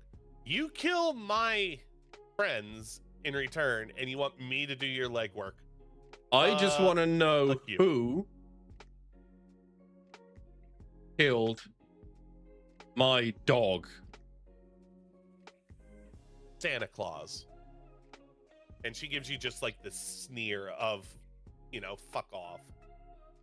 Just quickly, is she still on the floor? Yeah. Yeah. Okay. Non-lethally, he's just gonna kick her in the head. I don't know if you can non-lethally kick someone in the head. That's a natural 20. Certainly try.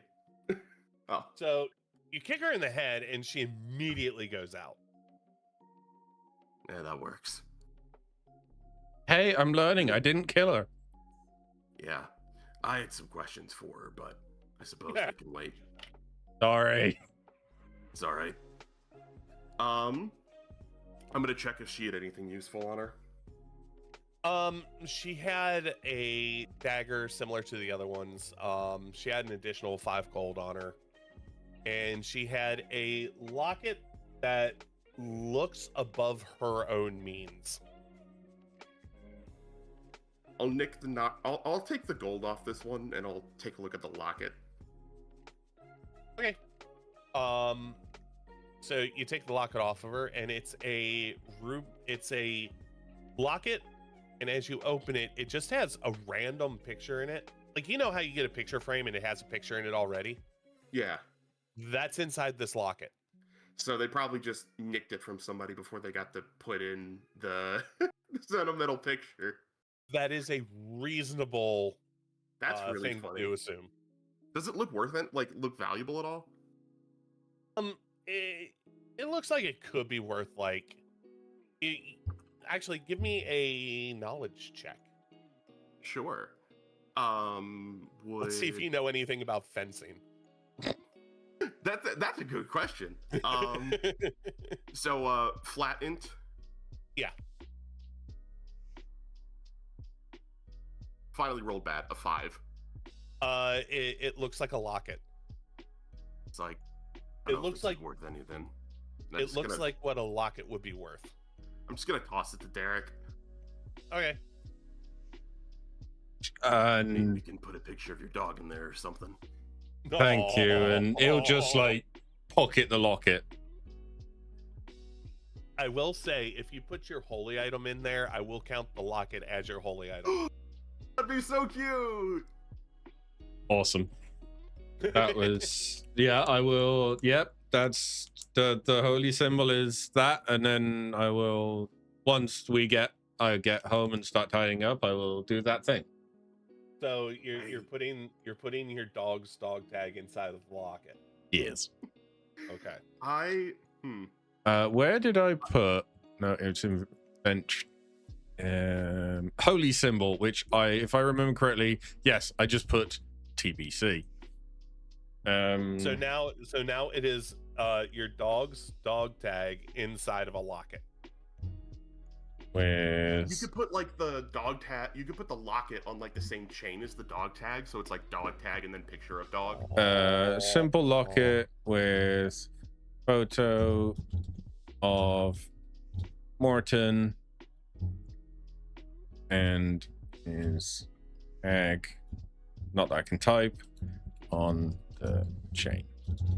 Also, since you kind of told this lady your whole backstory, we probably should kill her. Do you want to take this one? Yeah, I don't have any qualms. And I'm just gonna step on her chest. Oh my god! Where I shot her. You as you put more and more weight on it, you hear.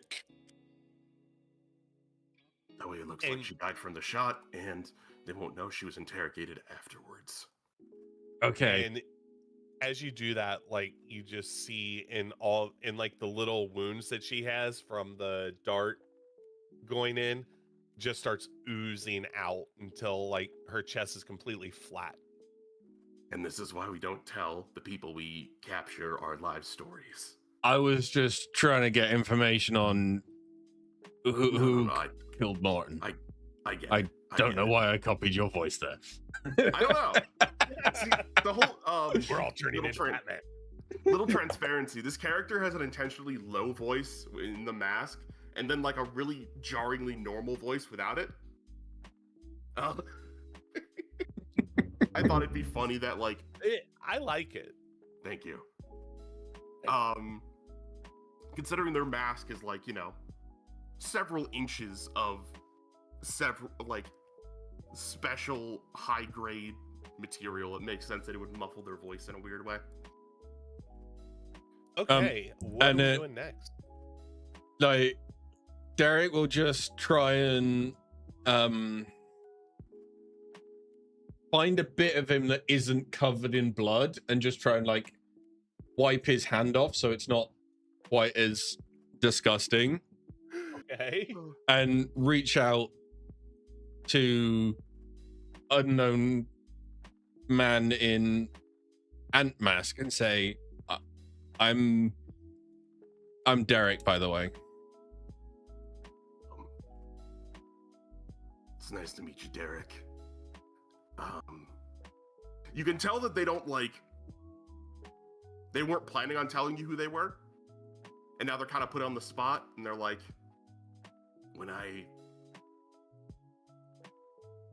just call me Chitin for now.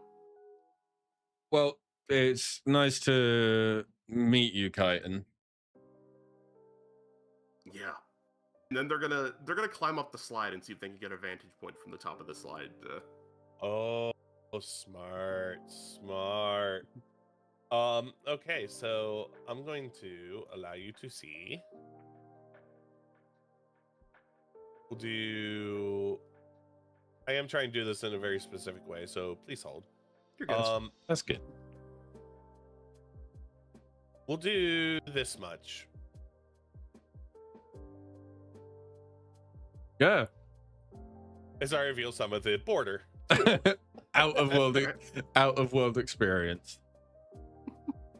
So now you can see that up to the north appears to be a wintry zone with a mountain in the middle, kind of like the Arctic side of the zoo, and you can see a little bit more of the gardens near the entrance. Okay. I'm not doing sight lines and all that crap because that's way too much to figure out. Yeah, that's you're fair. good. All right, we should make our way towards the winter zone. Okay. Give me a good bird's eye view.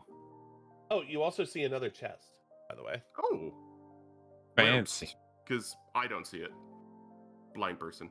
Thank you. Okay. It's the winter zone. And then they look like they considering you're going down the slide, but they're like, oh, that'll make too much noise. And then they just run down the side. You could tell for a moment they wanted to slide down, but they decided against it. What do you want to do with this guy, by the way? Dude's gonna be out for a while. I might just put him in this tree. Well, these cages are empty. Oh, good idea.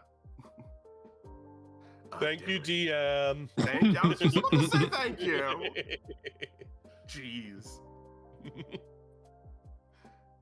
I'll ask Derek to put him in one of the cages while I sneak ahead to scout out.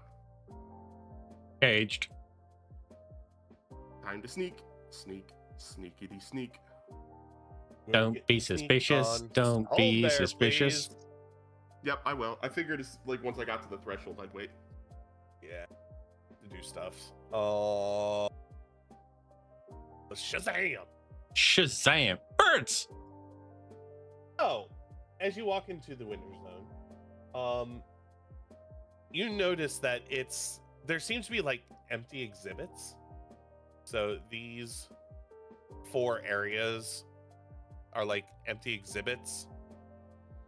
The 2 on the left are like completely empty. The ones on the right have just like crates piled up in them. Most with just like basic, like grain and, supplies.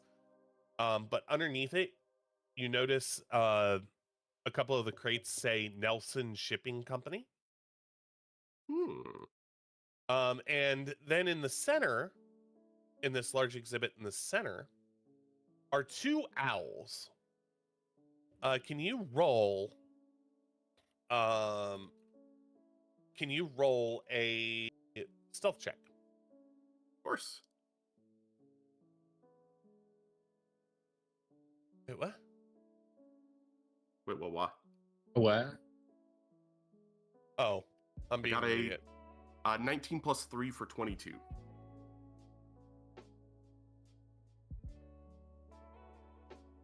You got a 22? Okay. The owl on the right, this one right here, is watching your every move.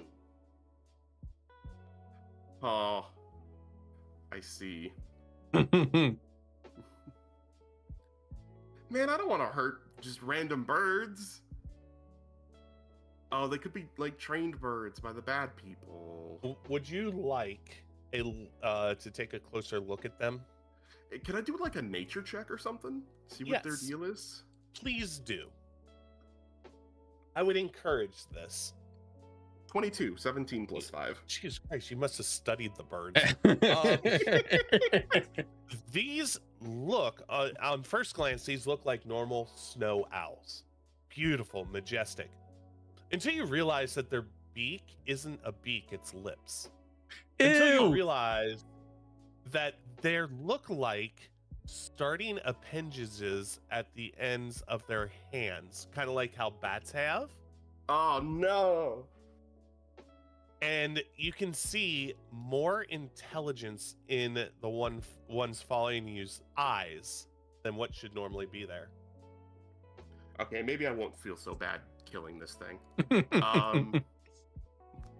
Do I have a shot, like a clear shot on it?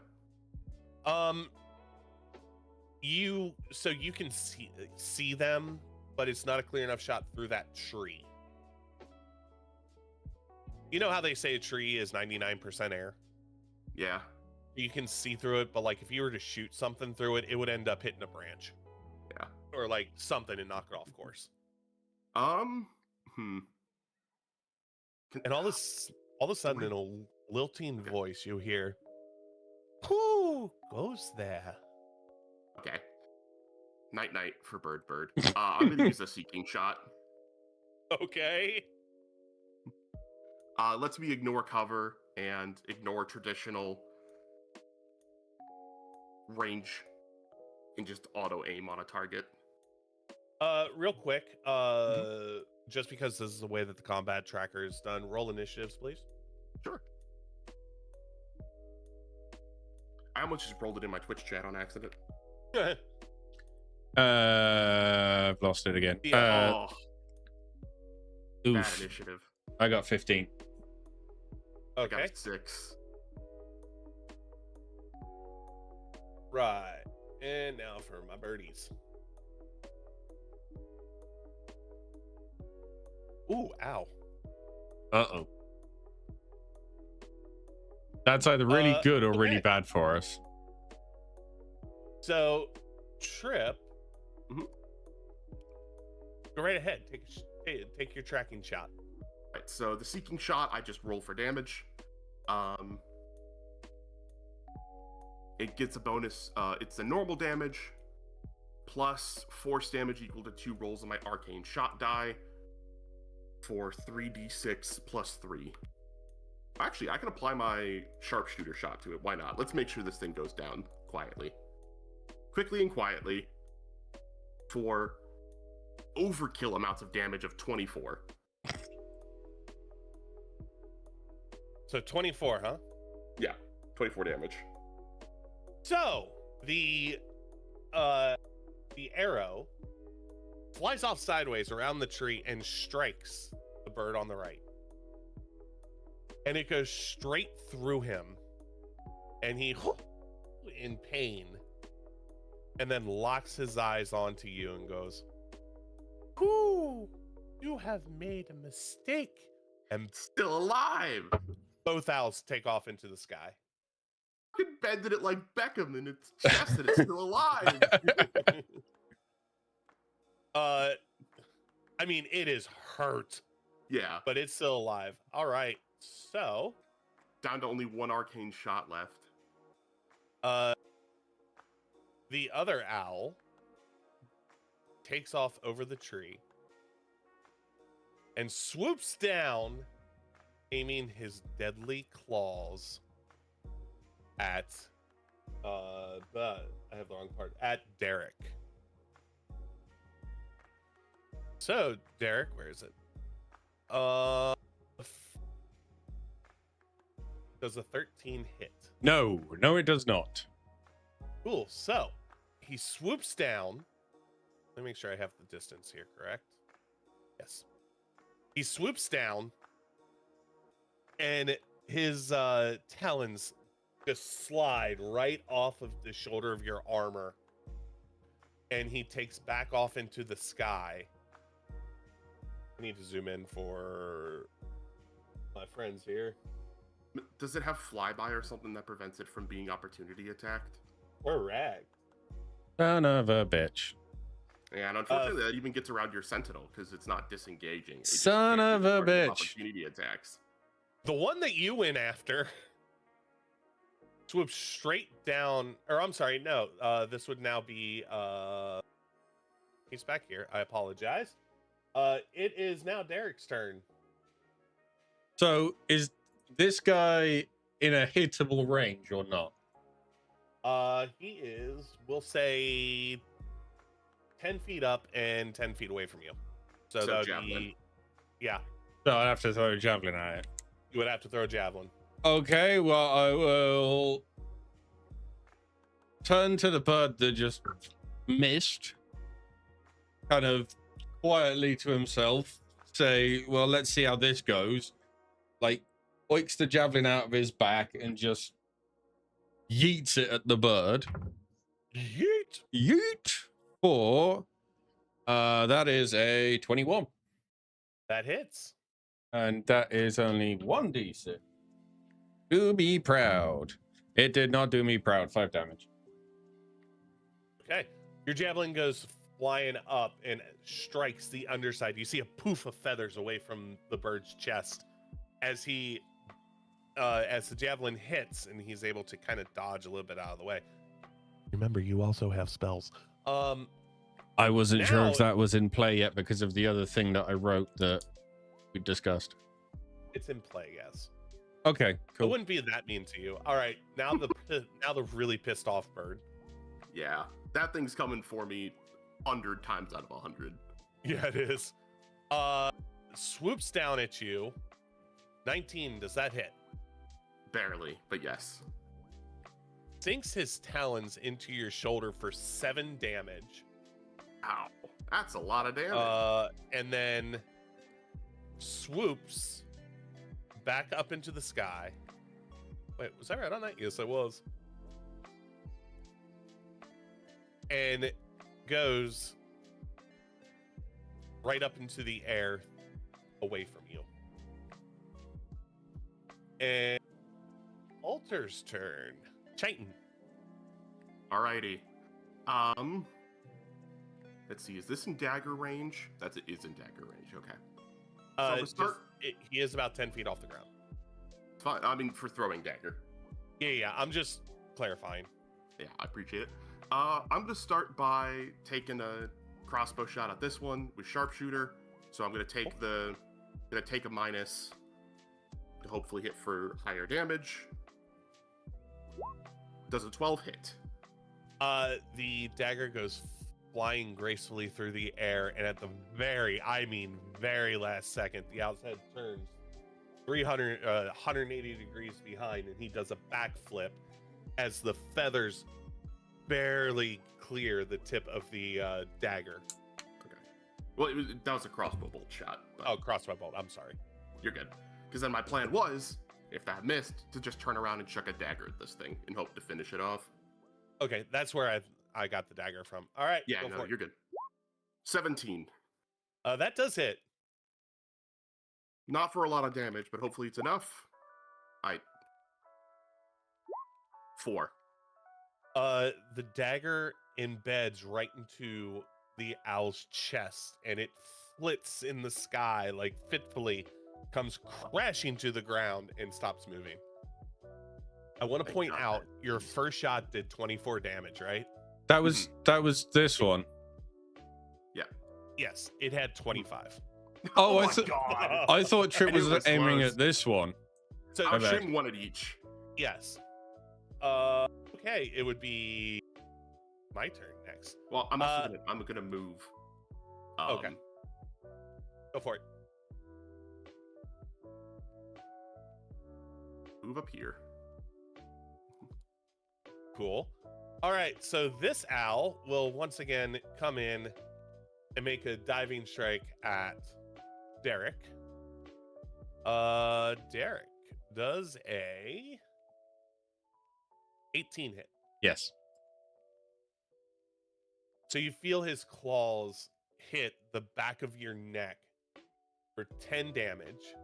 Ooh. Oh god, this guy can fly forever right now. Yeah, they have a bunch of base owls have a fuck ton of movement speed. And the owl moves 10 feet off the ground to, let me ping it because you can't really even see it. Oh my Right god, over it's there. all the way over there. Okay, Yep. it's still in my range, thankfully. Really glad I went with sharpshooter first. I told you this is the fight that I was like, it's technically listed as easy, but if it can be difficult. Yeah. All right. I think Derek's turn now. My apologies. Yes, it is Derek's turn. Poor Derek can't really do anything though. He could. I'll allow him to go because his javelin, we'll say, is right here now. What's the long range on a javelin? It's 30 to 120. Oh, so you can technically try. So I will say this before you even throw it. If you throw it and it either misses or does not kill, it's going to end outside of the actual. Okay. It's going to end up on the street. Probably just let me snipe it if you want. However, your javelin sits, we'll say, right here. So what Derek's going to do, and it's going to be one of those where he doesn't quite realize he's doing it at the time. He's going to walk over to get his javelin to throw it. As he picks it up, it's going to hit one of the, like the tip is going to hit one of the metal bars on this enclosure. And as he kind of, like, you know how you throw a javelin, you put the one arm forwards, and out of the end of his fingertips, you start to see green sparks. And he's casting the cantrip Toll the Dead. Choice. All right. And roll for it. Owl Bitch needs to make a wisdom saving throw. What does that do for our audience? Target must succeed on a wisdom saving throw or take 1d8 necrotic damage. If the target is missing any of its hit points, which this one is, it takes 1d12 necrotic damage. And it saved it, didn't it? What did he have to save off of? I don't. Where's my spell save DC? I never know where to find it on these sheets. It's 10 plus your spell mod.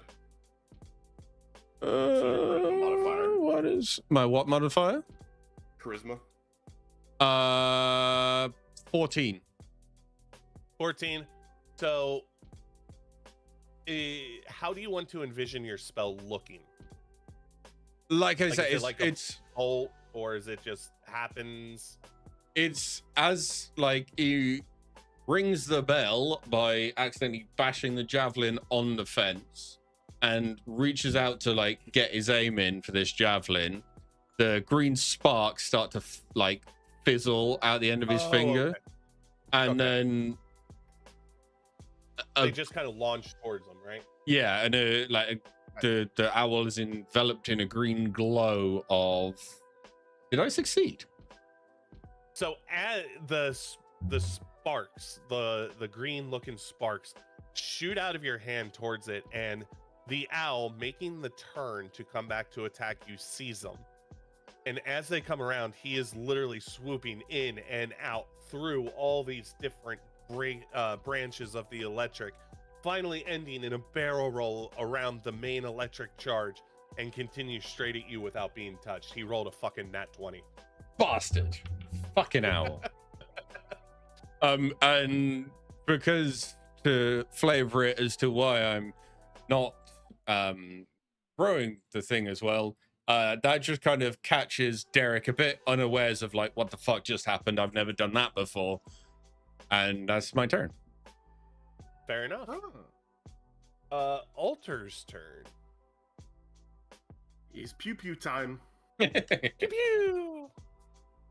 Now, again, same rules. If you miss or don't kill it, the bolt will end up outside the. I'm not gonna try and sharpshooter shoot it. I'm just gonna shoot it.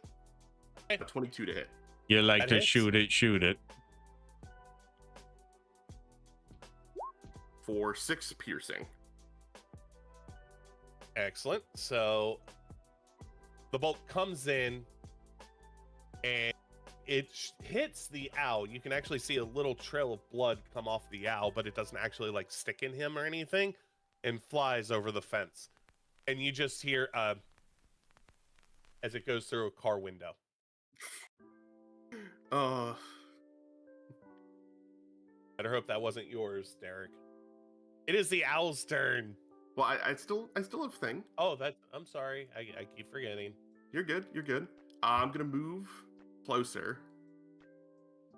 Because I'm used to movement and then. Right. As a ranged character, I prefer to shoot then move. Right. And I'm actually gonna hold my dagger throw. Okay.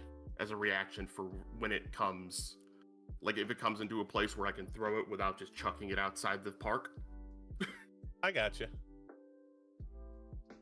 No, I can't. All right. So the bird, since you hit it, it's going after you, Ulthar.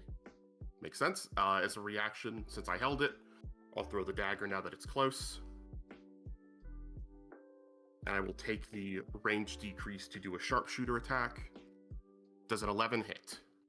The bolt sails right over his wing. I assume the dagger will just probably like end up somewhere over here since I was throwing it at close range. Oh yeah, sorry. Yeah, we'll say on these ice cubes. All right. And okay, in that case, lay it on me. Cool. Does a... Oh, that's not going to hit. So the owl swoops down, aiming for your head, and you're able just to like do one of those neck cricks that just at the last second to avoid it. I saw it. Okay. And then he is going to take off in this direction. I am pinging because they're kind of hard to see in this. Appreciate it. And he is there. All right. Derek. 1 second. Oh, fucking thing. How does that do? If you want, you could try and grab my. Yeah. If you want, you could try and grab my dagger and chuck it. I got my javelin back. Oh yeah. Yeah, he never threw his javelin. That's right. Or and you now just try and toll him again. And now if you throw it, it's going to end up in the mountain. Which is where I'm going next anyway, so yeah. Whichever order. So Derek, like, still a bit confused at what just happened, is gonna like try and repeat the steps of what just happened and bashes the javelin on the metal bar again and points at the bird and casts Toll the Dead again. Just out of curiosity, how many cantrips do you have per day? Infinite. That's Yeah, cantrips are infinite. Yeah, okay. I must have been thinking something else. All right. I need a wisdom. Yeah, wisdom 14, and I bet he's gonna fucking beat it again. So the bolts come out again, and the owl sees them as he makes his turn near the mountain, and he's dipping, dodging, diving, and one of them he doesn't see in time and is struck by. Roll for damage. Woohoo! Yippee, yippee. Come on. 8. All that talk for 8 damage. I mean, it's a 1d12, so that's good for a cantrip. 8 damage Yeah. for a cantrip's really good. So you see the wing of this owl start to become just necrosis sets in, and he is forced to the ground. Anything else, Derek? And then 5, 10, 20, 30, 20, 30. That still says 20 feet, 25, but that's 30 because he'll go around the corner. He won't try and get in the thing. That's cool. It is now Chitin's turn. Righty. I'm just gonna shoot it. Screw the fancy stuff. We're shooting. Do I want to risk? I'm gonna risk a sharpshooter shot. Let's get this thing over with. 14. That hits. Let's go. Okay, this should probably put it in the dirt. 15 damage. Would you like to emote his final moments? Sure, I will look at that weird necrosis wing and shoot it off. As the arrow flies and just takes the wing off, the owl does a little like 360 spin from the impact and just looks at you as he falls over and goes, "Thank you," and dies. Horrifying.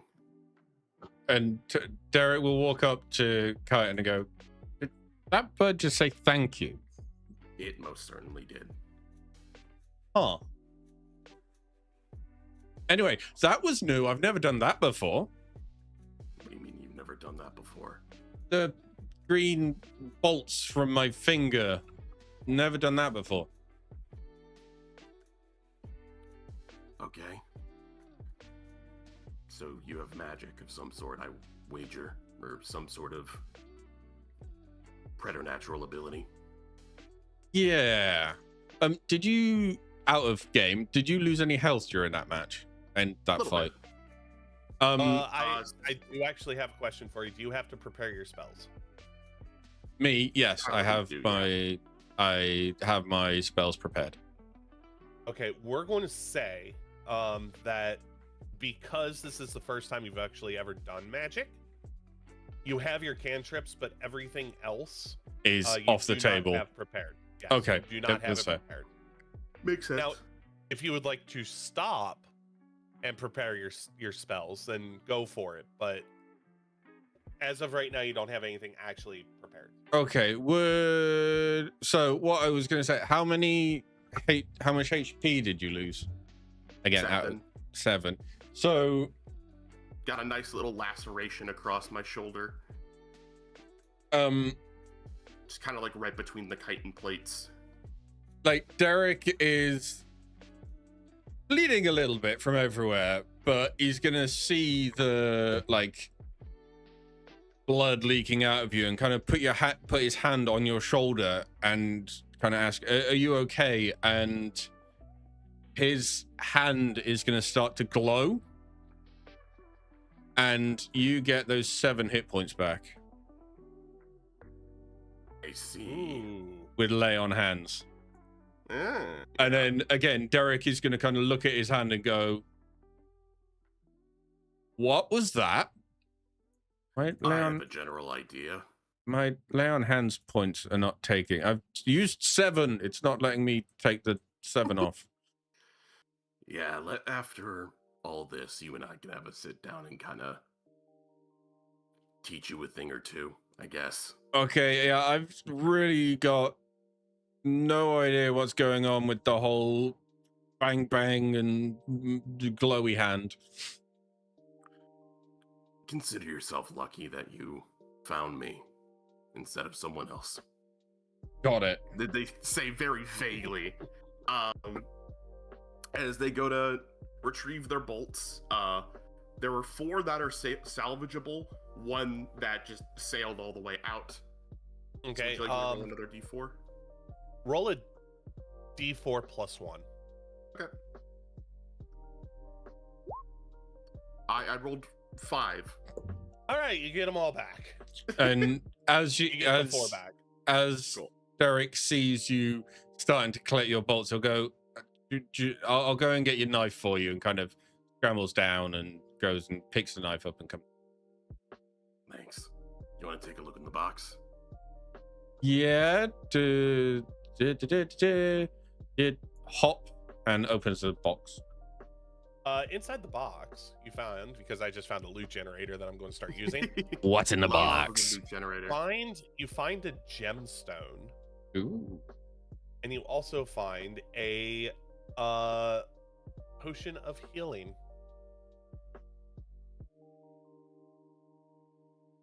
So Derek will pull both of these out of the box and kind of turn to Titan and go, well, shiny rock and this, and like swirls it around a little bit. potion. You know what it is? Because I don't. Oh yeah. I'm still learning the whole alchemy thing. I'm new. But you know a little bit, right? According to your character. All right. They should. It would make sense for them to know a little bit, but it wouldn't make sense for them to know how to make anything yet, if that makes sense. Right. Roll. Would they know? Oh, shit. Oh, shut up. Like Arcana? Yeah, an Arcana. Use Arcana. 12. 12. You know it's a healing potion. Looks like pretty basic healing.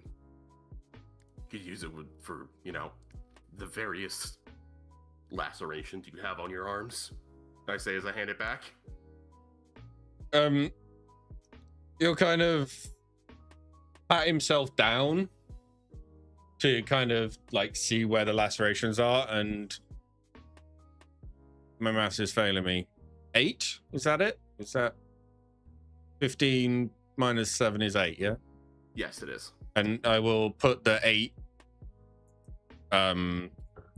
remaining lay on hands points I have and kind of go, I might save it. I'm feeling like as he taps himself, he gets a bit of a shock that he's just healed himself, and kind of goes, I think I'll save this for when we when I really need it, and put it in his back pocket. Yeah, that makes sense. God, I wish my healing factor was like yours.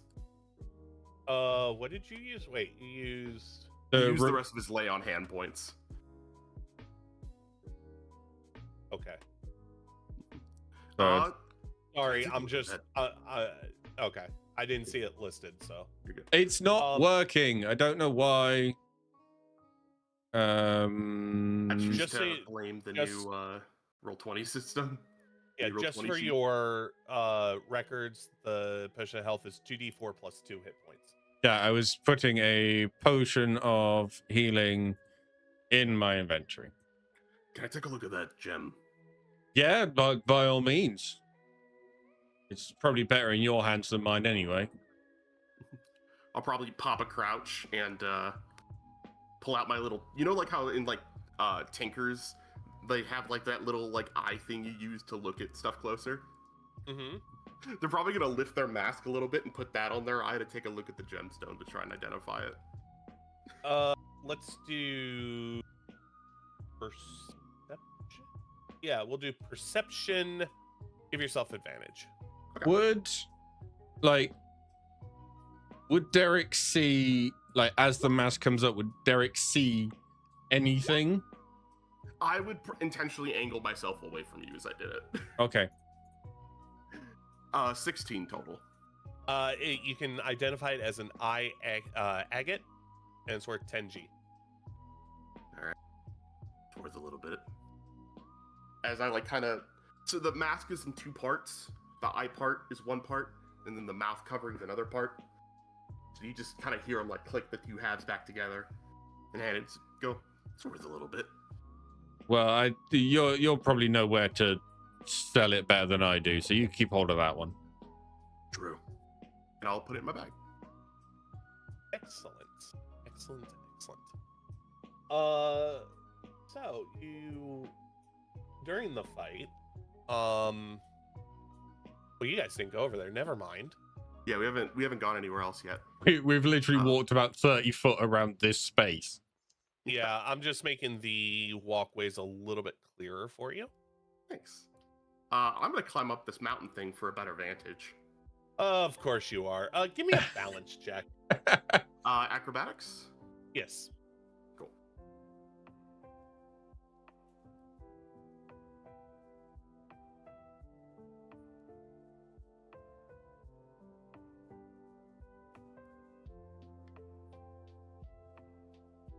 What is? 10. It rolled in 10. chat. In Roll20. Okay, so you're about halfway up, and your foot slips, but you're able to catch yourself before falling, and you get to the top of the mountain, which is ironically the highest point in the entire map. So you see Trip? Yep. Okay. I saw your little reactive go and I didn't hear you. Had You're a able little to buffer. see all this area over to the right. So you see the next area off to your immediate right is it has like a deserty feel to it in one portion. Another one is more jungle, and you also see in this area, you see some rather large frogs that are standing on their back legs. See, I thought they were crabs, and then I zoomed in, and then they were not crabs. No, they're Oh not. God. I'm gonna signal to you as I like set. You see me set down my shield and like put my little dart gun in its pocket and pull out my longbow. I'm just gonna kind of point in the direction for you to go, And as if like you go ahead, I'll cover you from behind. and And I'm gonna ready a shot at this guy. The for far when they one? for when they inevitably try and wreck his shit. Okay. I'm good with this. I don't know if I am. I like this one. And so Derek's gonna kind of. Can I see Also, through actually, What? Before you proceed, I'm gonna roll to try and like cover myself in my little sniper nest. Oh, you're just becoming all right. There's not really much up there to like cover you with. There's a couple of branches, but you do the best you can. Yeah. Well, I'm mostly using my scales, the scales on the armor that change color to what's around them. Oh, that too, yeah. 15 for stealth, which isn't great, but it should suffice. Okay. Your Ooh, scales shot. ripple and change color and match the little Yeah. mountain that you're on top of. Derek, what are you doing? So Derek gets to about here, turns around to look at Chitin to kind of go, "Are you?" And realize Chitin's like disappeared. So as you approach, this frog right here sees movement and turns towards you, and you hear, "What are you doing? Stop right there." And all three of them turns to you. So go ahead and roll for an it. I'm gonna. May I roll for my prepared shot? Yes, please do. Yep, that bounced out. 18, your shot sails into the distance.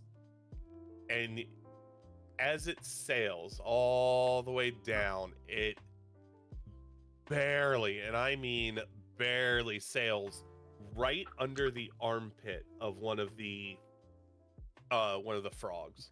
An 18 missed? And 18, I mean, do you want to make it easy or hard? I mean, 18 AC is full armor and a shield. Yeah, they have 18 armor. Okay. Which What? is why I'm asking you if you want me to make it easy or hard, because if it's hard, then 18 misses. If it's easy, 18 will hit. I think Derek's gonna struggle against two melee opponents with 18 AC. Okay, cool. There's 3. So cool. Well, So I mean, yeah, it because hits. I'll probably kill the third one. Yeah. This All right, we'll retroact it, and it hits. Yeah. 18 damage. 1 second. Damn. Yeah, it's a gambling. It's the gambling feat. You lower your 2 hit value by 5 to increase your damage by 10. So the frog you shot at, okay? It turns at the, dear God, it turns at the sound of his friends, and before he can even turn all the way around, the arrow embeds straight into his heart, and he falls over. Based on the owls, my character is probably going to start killing the mutations, since the owls were thankful for death. Now, I want to point out, and this is probably too much information, Okay. I am rolling for individual HP on these. Okay. And that was the least of them. Okay. All right, now let's roll some initiatives. Yeah. 14. You're already 20.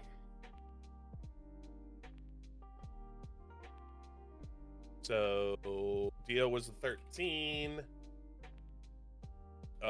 Dirty 20. Not a roll for me frogs. Ooh, that's interesting. That's very interesting.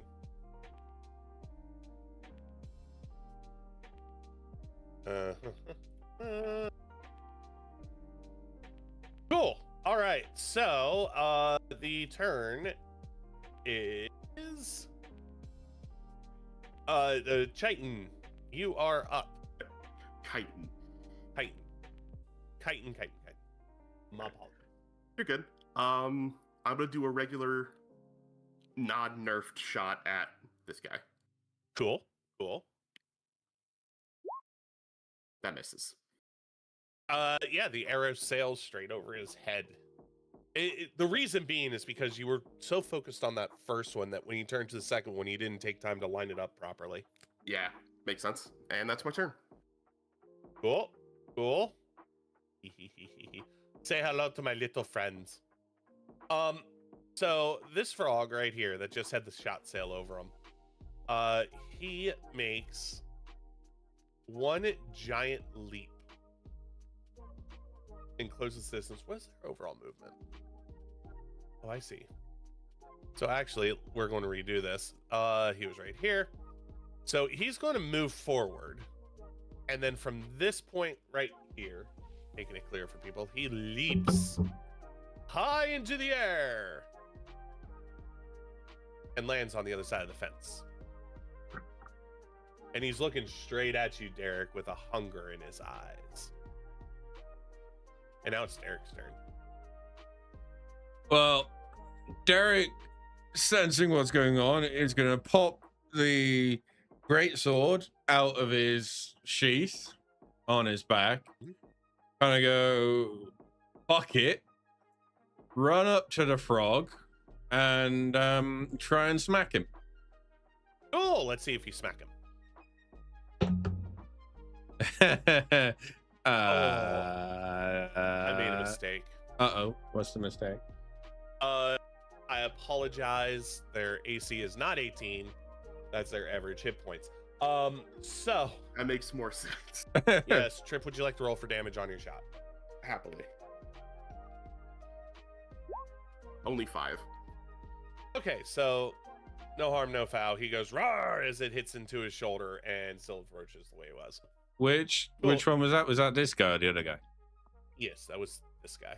This guy. Okay. In front of him. So that is a 16 to hit. That hits. Woo! So that is 2d6. I'm That using a D20 on my desk to count my ammo, fair. which I find funny. Spin down dice. So that is 10 damagios. 10 damage. So the great sword. Ooh, ow. The great sword, you swing at him, and he takes it full on the side, and it sinks in about halfway through the sword and just stops, and he looks at you with this weird hunger and not pain. He doesn't look like he's in pain, but that's a big wound. And that's my turn. All right, so this frog moves to here.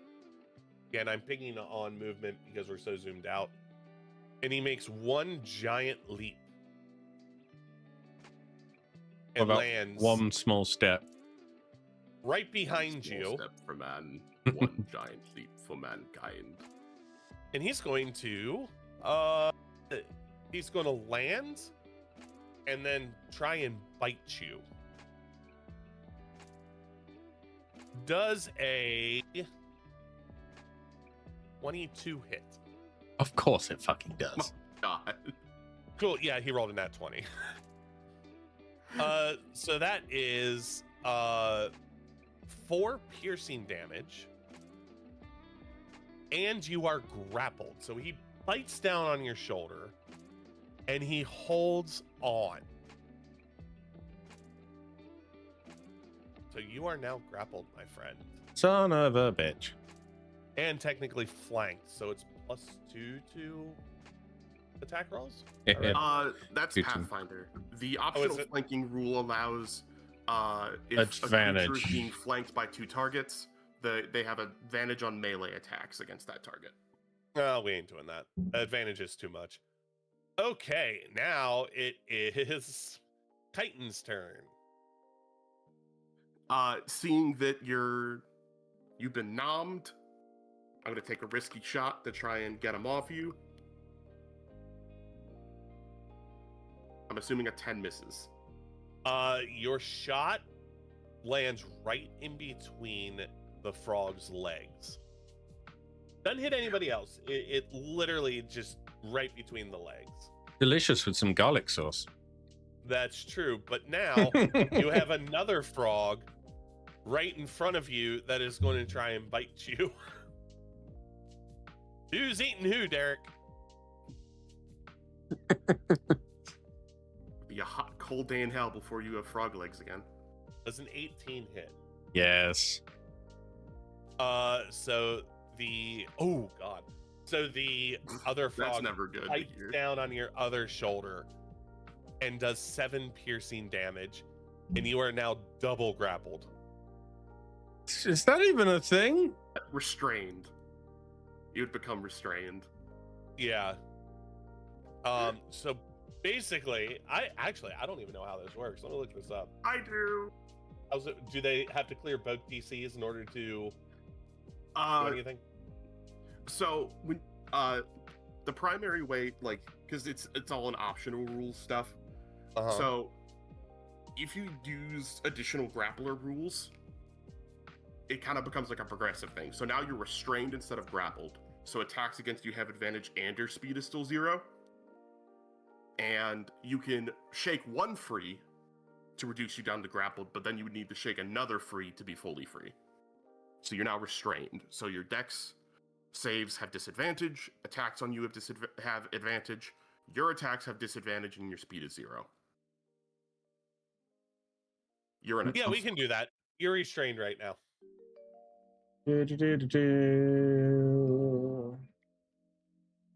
One second. Okay, so Derek, you're being bitten on 2 sides.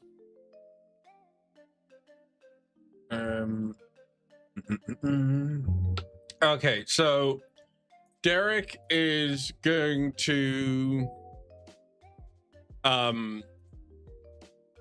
try and what's that?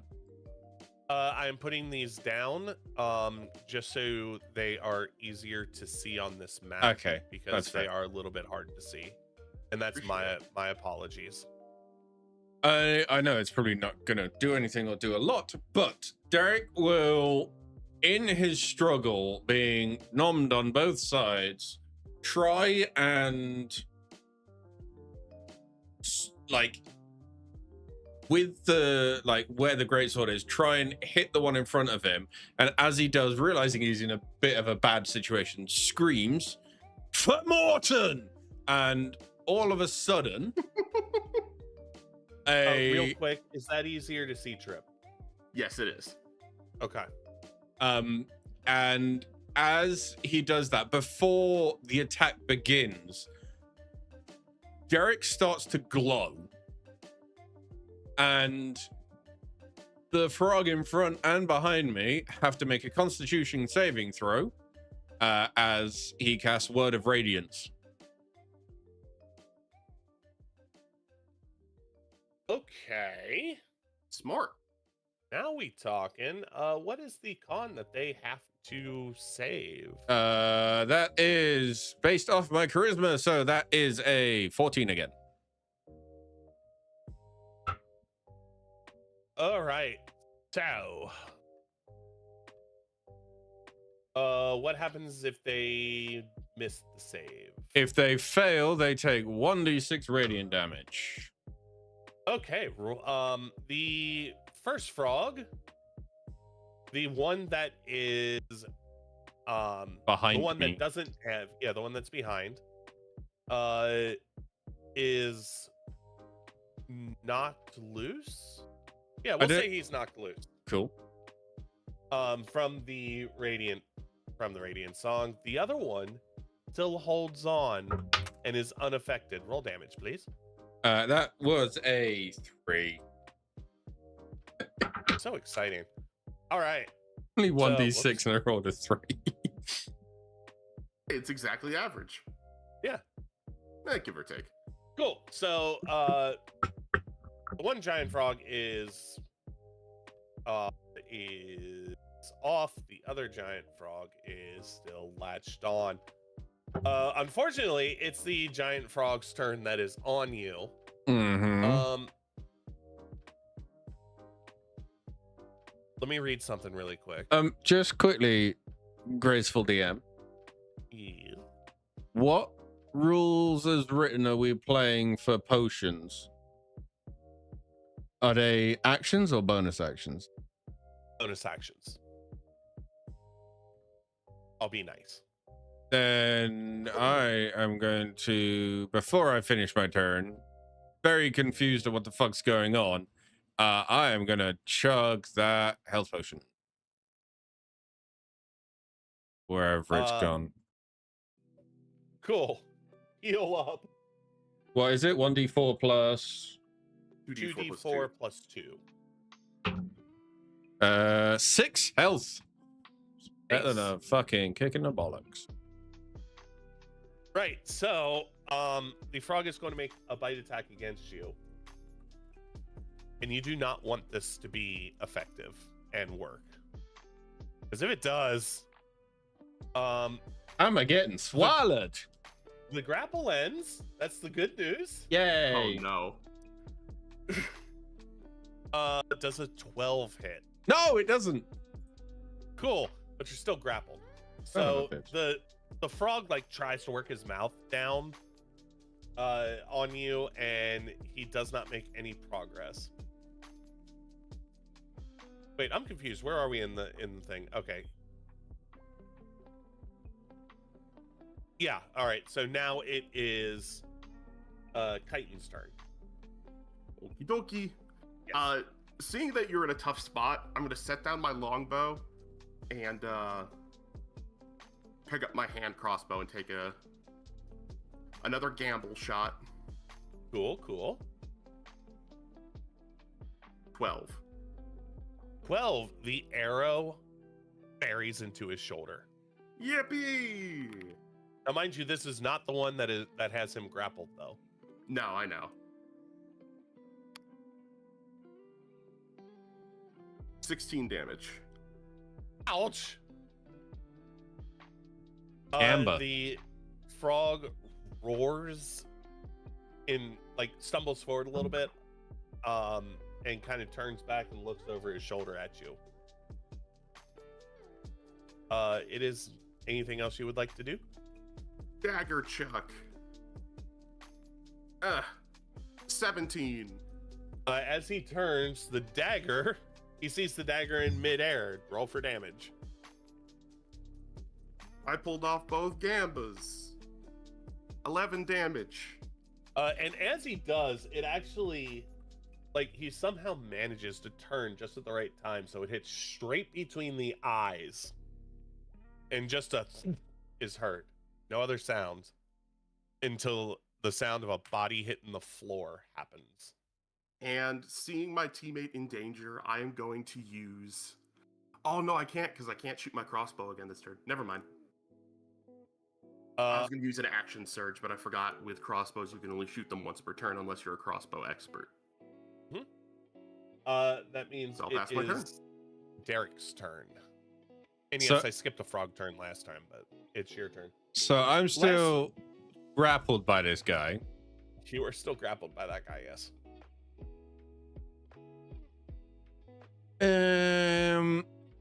How badly hurt is he? Apart from he has a rather large cut in his side. That He has a rather large cut in his side. okay. He is bleeding. Yes. Derek, trying to kind of remember what he did before, will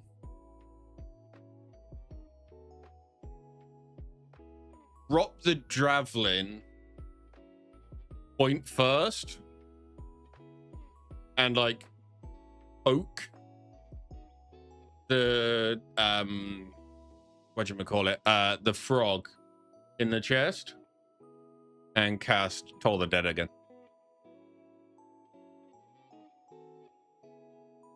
Is there really no penalty for doing magic while grappled? I just realized that. It's V and S. So no. Cool. All right, go ahead. So that is I've forgotten. Wisdom of 14. So you hear the tong, like the little dome sound, and as the electricity starts to spark from your fingers, the frog kind of like adjusts his grip and breaks your concentration. Son of a bitch, you rolled higher than a 14. He did roll higher than 14. I tried. Hey, guess what's about to happen? Nom nom nom. Nom, nom, nom, nom, nom, nom, nom, nom, nom. What's your AC? 16. I've been eaten. So, as he shakes you to break the concentration, you slip in his grip a little bit. And next thing you know, your head disappears into the maw of this frog. And you are slowly worked, your body is worked into his stomach. And you are swallowed. You're no longer grappled, but you are blind and restrained. Which is worse. Much worse. You have total cover against attacks and other effects outside of the frog. And at the start of each of the frog's turn, you take 2d4 damage of acid. Icky. If the frog dies, the swallowed creature is no longer restrained and can escape from the corpse using 5 feet of movement. Oh, God. Gross. I'm delicious. So, Jesus. Jaitan, you just saw your friend swallowed. Yeah, let me Yeah. Let me see how.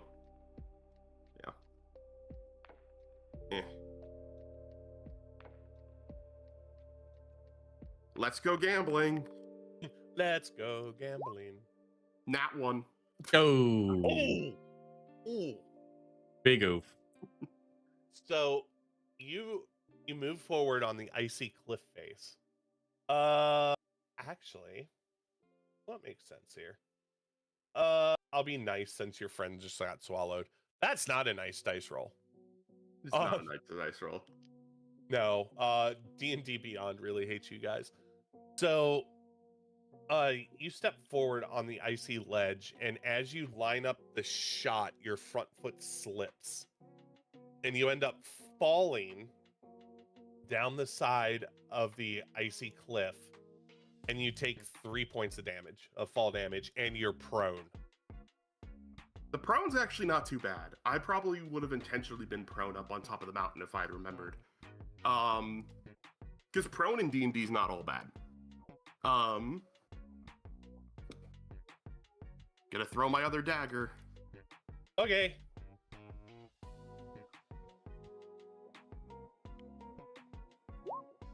Crit. Cool. Fantastic. For crits, Awesome. do you double the dice or double the damage? I double damage. Just to keep it simple. 26.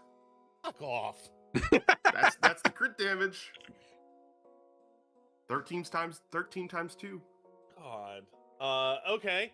So your dagger I you went from hit an the absolute ground. screw up to like Hawkeye like threading the needle. Right? So you hit the ground and immediately reach for your dagger and just kind of like underhand flick it, right? It sails just over the fence right here. It sails just under the branches right here. And it impacts the frog that still has his neck up from swallowing Derek, nails him straight in the throat and goes flying out the other side. And that frog is now dead.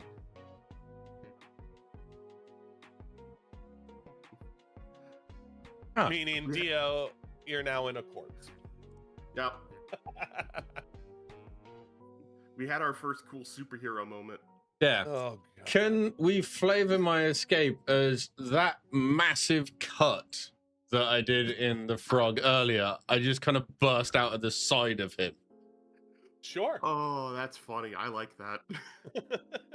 Just like it's thin enough there, rather than trying to back out the way I came in, I just kind of pushed my way out of like through the side of his chest in the massive gaping wound I left in it earlier. Exactly. That was fun. That was fun. Note to self: avoid that in the future, because that was not fun. What, being swallowed? Yeah. Oh, I loved it. Derek didn't. Key distinction there. Oh, And Derek will pick up the knife, the dagger buried in the fence, and walk it over to we kind of meet in the middle over here. Chitin and go, "Thanks for that, friend." Yeah, told you I had your back. I think I saw a chest over here. Do you want to go and see what's in it? Yeah, sure. May I roll to retrieve ammunition? How many did you shoot? 4. 4. Roll a d4 plus 1. 3. You got 3 back. All right. So got 18 rounds. Inside, do you like how, just out of curiosity, do you like how I do the ammo? Yeah, I'm fine with it. I don't Okay. mind tracking ammo. I know that's like something a lot of D&D players hate. I don't mind. Well, normally I don't, but you started with it. So, Mhm. okay, so inside the chest, you see a scroll, and at the top it says acid splash. Ooh. I put a link in Discord just so you could Yeah. get all the stats on it. You also find in there another gemstone and a small mirror in a painted wooden frame. May I attempt to examine them? Sure. What would you like to do first? I'd like to take a look at the mirror first. Awesome. Roll Arcana. Happily. 18. It is the most plain mirror in a painted wooden frame you've ever seen. Okay. I'll Worth still probably find use for it. 25 gold, by the way. Oh, okay, that's actually worth quite a bit. And then I'll take a look at the gemstone. Go for it. I'm writing down the Okay. There we go. Boop. 11. 11. Yeah, I'll give it to you. It is a malachite worth 10. Cool. By the way, the small mirror in a painted wooden frame is considered a common art object. Okay. Don't ask me why. It's fine. Real quick, I just wanted to ask, are you guys enjoying so far? I Uh-huh. am. Good. I'm already liking the brewing party dynamic of paladin with growing rage and power they don't understand, and like quiet, calculated assassin who's like, oh god, I gotta teach this person how to like use their powers and not like fuck it up massively. Oh. Right. Yeah. But the encounters are good Yes. and all Yeah. that. I loved being eaten by a frog. I wasn't sure if I should have killed those or not, but I appreciated the owl like saying thank you and letting us know, okay, these are like weird freaks of nature mutation style things that Yeah, you can kind of tell that these are like being experimented on type of yeah, I was deal. thinking some mad science malarkey. Yeah. So once the fight is over, you take a look around and you see that the desert area is actually completely deserted. What about this person Ignore- here? Fitting. They don't exist. Okay. All right. Like- Goodbye, person who doesn't exist. Goodbye. Like I said, there was supposed to be an encounter up there, but I took it out. Down to the south, Yeah. you see more. Yeah, let's. See one person Oh. standing there. You still see the Caged dog. people. Yeah, the caged dog-looking creature, the amalgamation, and the regular-looking human in the cage. The way you keep saying regular looking human makes me worried they are not regular humans. I mean, they're also in a cage in a place where we're finding weird mutated abominations. Yeah. So it's.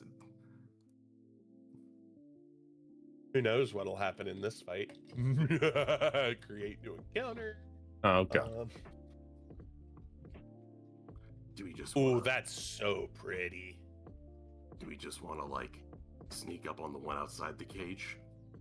Ask for answers. I mean, we can get closer and see. Well, yeah, and give it a scout, see what's going on first. All right. Pitter patter, pitter patter, pitter patter. Yeah, I'd probably go like over here. 1 second. Whoop. I would actually probably ready a shot to before Derek gets there, or like right around the time Derek gets there, ready a shot on this person. Why are mutants so high difficulty? I don't like the sound of You that can trip. blame, sound of that trip? Why don't you like the sound of that? why are mutants so hard to class difficulty? Uh-oh. Well, no, You can I'm blame, what is it? Not Strixhaven. The other, the Magic the Gathering crossover book before that had mutants in it. Those are pretty high difficulty. Simic hybrids. That's it. yeah. I do like how I can make really quick stuff on this. Would that work? Yeah, I think that'll work. That's a perfect one. Cool. Cage fight. I'm gonna ready a shot as Derek approaches. Well, I was waiting on on, this where- corner to see what I could see first. Okay. Ah, okay. So you're doing it Yeah. smart. What the hell's wrong with you? Mm-hmm. Okay, so you're around that corner. So you can see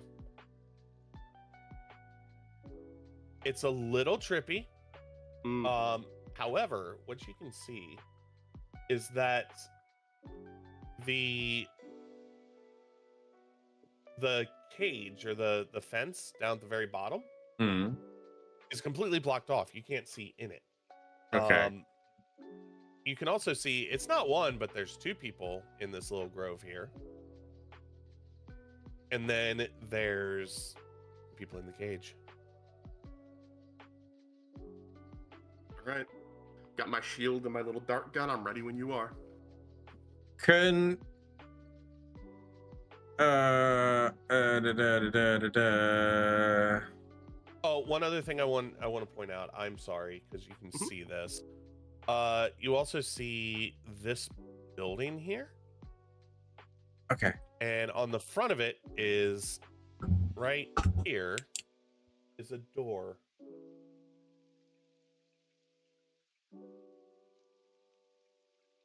Cool. Okay. I take it these bushes aren't very high.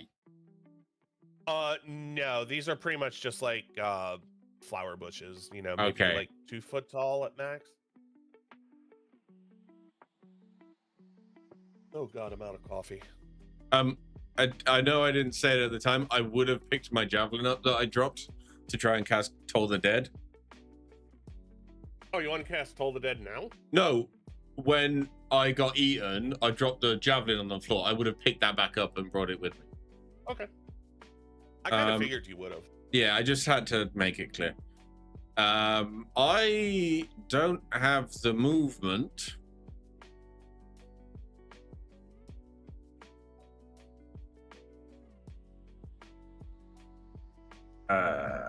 It's an interesting conundrum, isn't it? Now, mind you, they still don't see you because they're actually technically looking out, like, in this direction. Which direction? If you want, I can try and kind of start a diversion by starting firing first and give you an opportunity to rush up on them. And also, if you sprint, you double your speed. Very true. You just can't attack. Yeah. Okay, so I'm gonna dash and try and make it a bit awkward for them and hide like behind the tree. And they are going to how to phrase this. They're gonna hear me running, I know that. Yes. Yeah. In that case, I'll take my shot. But it's one of those of I'm hiding behind the tree. That's what I've done. Okay. All right. I guess I'll take my shot. I get it. I understand what you're saying. We're all on the same page. I am not giving that enemy that HP because that's just wrong on a lot of levels. Oh, that's better. I like that one better.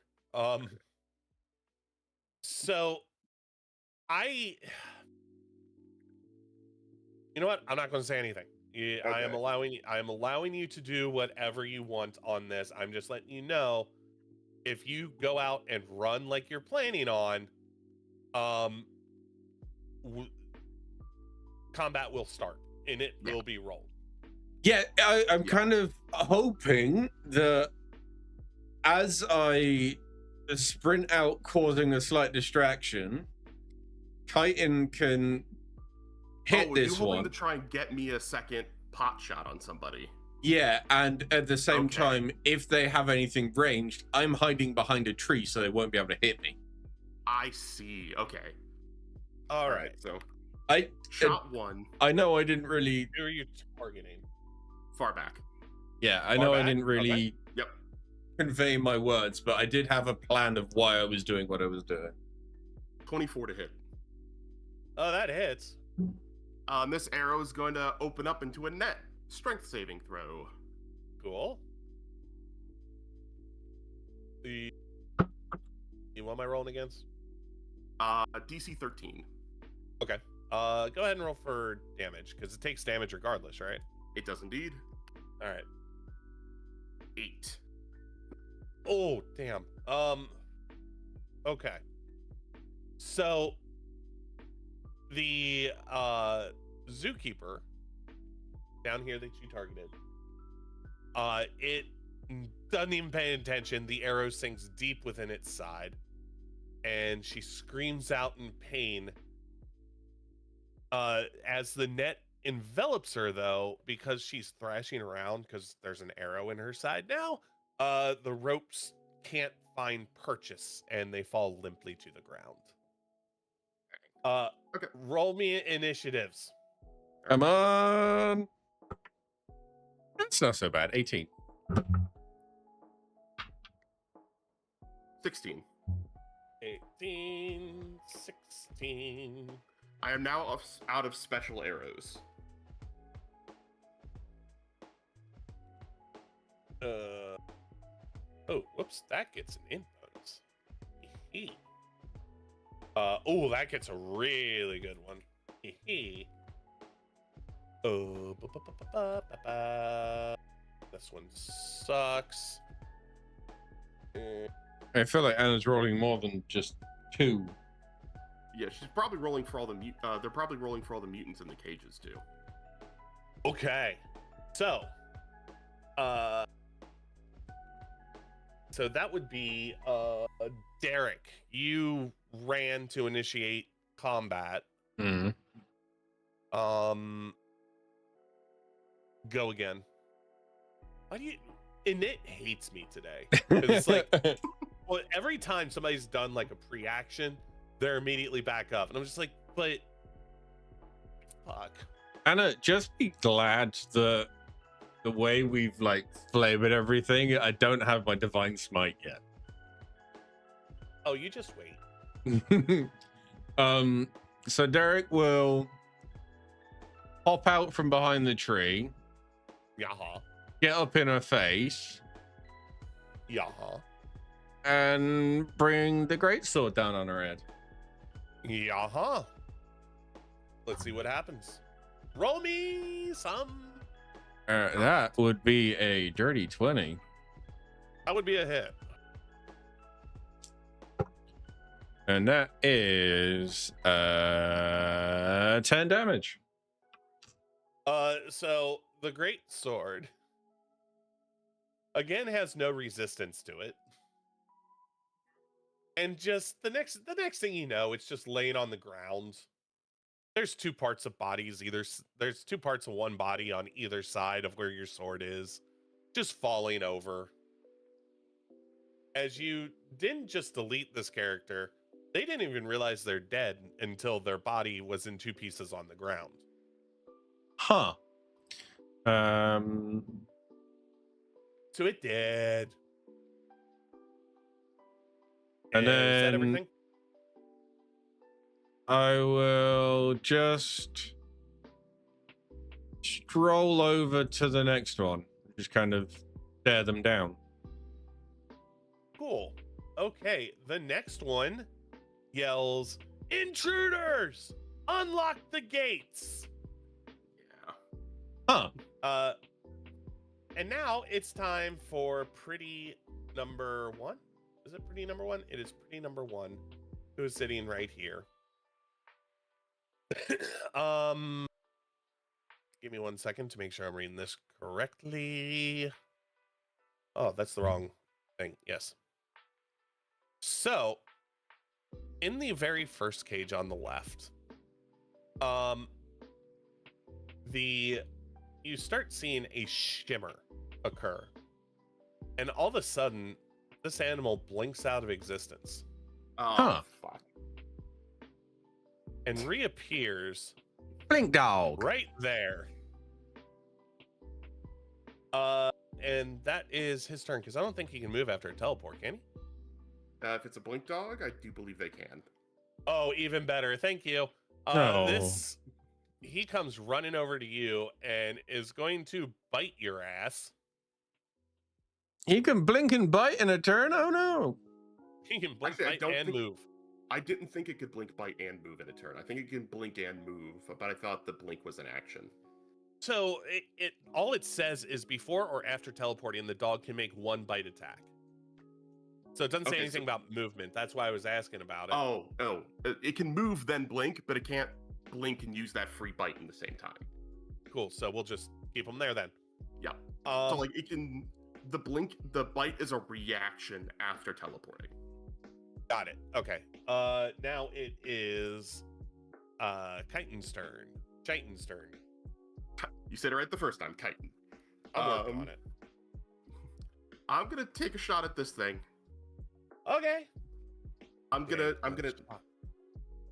gamba. Does it know I'm there? Gamba. No, I'm going to say it doesn't, because it wouldn't have seen your it wouldn't have seen your shot. 18. 18 does indeed hit. It's damage time. 18 damage.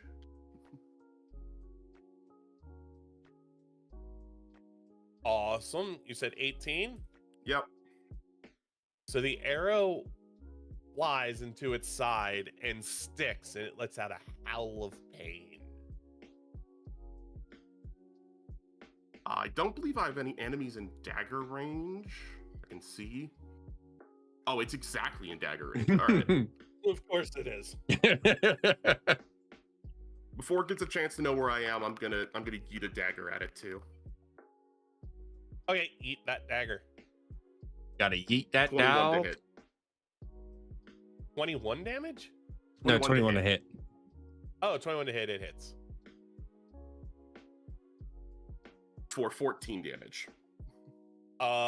So the dagger flies through the air, and it goes like it doesn't actually make solid contact, but it does slit right across the blink dog's throat, and the blink dog goes down in a bleeding heap.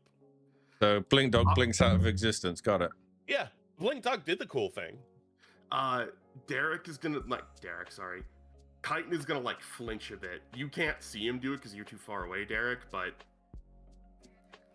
they felt bad doing that. They don't like hurting animals. Okay, so the creature in the middle cage holds all actions. Huh. Does nothing. The zookeeper next to you, Derek, takes out a dagger and tries to stabby you. Does a dirty 20 hit? Yes. So he takes the dagger out and just like backhand, just straight into your chest for 4 damage. Next, okay. The zookeeper in this cage. The seemingly normal-looking human, yes? Yes, comes out of the cage, which didn't have a door, and unlocks the cage in the middle and opens the door, which triggers the action for the bear-looking creature in the middle. It is now a suitable time to Ralph Wiggum. I'm in danger. You're very much in danger. So, oh God, you are very much in danger because you're within his range. Oh, hi, friend. 50 feet. So he is going to, now when he gets up to you though, he has the body of a bear, but he has the face of an owl. Oh no. And he is going, it is not what you think it is, by the way. It is not, I refuse. Yeah, I didn't think so. So he is going to try and peck you with his beak. Ouch. Ouch. Oh, ow. So that's, how to flavor this? So he lunges at you, and you don't even have time to react before he crits you. And finds an opening in your armor for 14 points of damage. Oh, Derek is not looking good. I am loading your. Oh, that's the wrong one. I am loading to see how much health you have left. Oh God. Now this zookeeper is going to move up and use the rest of their movement for their turn, and it's back to Derek's turn.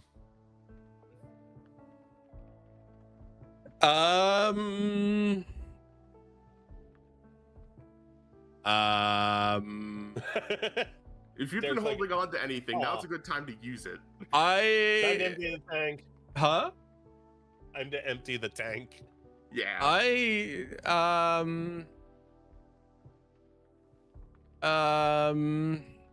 believe the phrase you're looking for is "I'm in pain." Yeah.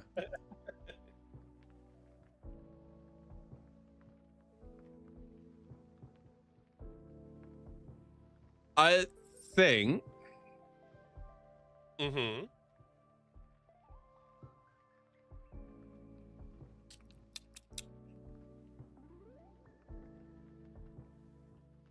I'm going to the zookeeper here.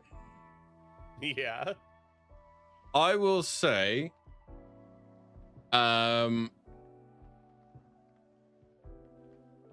something along the lines of, that was a really bad idea for you, for a 20 something to hit, 24. Oh, that hits. And as I bring the greatsword down on their skull for, I changed. For 8 damage.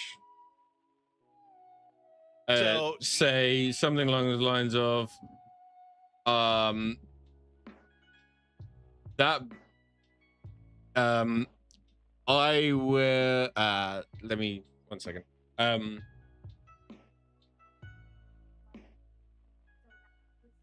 Hopefully my friend will save me, but no one can save you, as I just like cleave them like hip to hip in half. and that's exactly what happens. You swing your sword and it cleans through, and even after the sword goes through, they go, "What are you and the top half just falls back.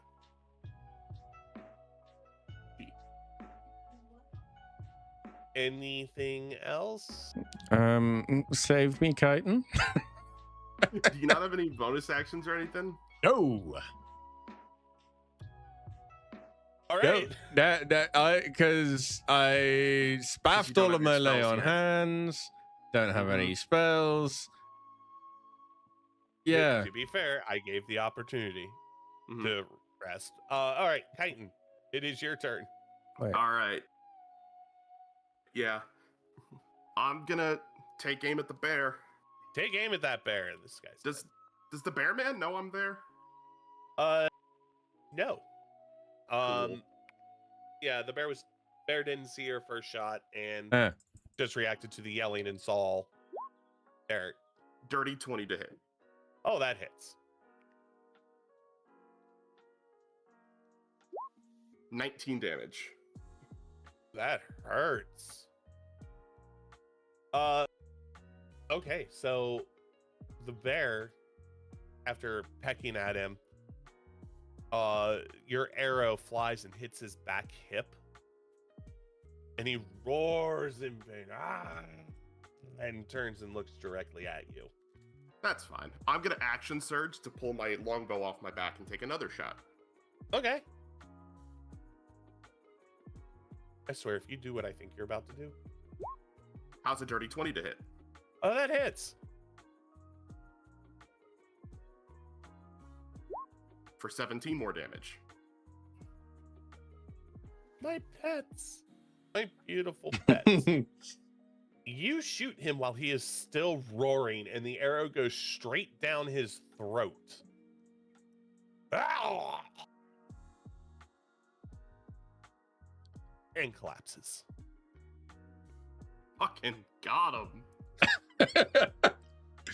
Woo! All right. So Now it to is now survive being stabbed by a zookeeper again. Yep, it It's is just now the one this- lurking zookeeper left. This zookeeper watches as both of their pets go down. No! Francine! And looks at Derek with such rage in their eyes that you could never imagine somebody with that look. And they run up to you and they take a stab. Does a 15 hit? No, it does not. But because they were so enraged, they're inaccurate with their stab. And they miss. It is now Derek's turn. Can you And spare that one? We could use some answers.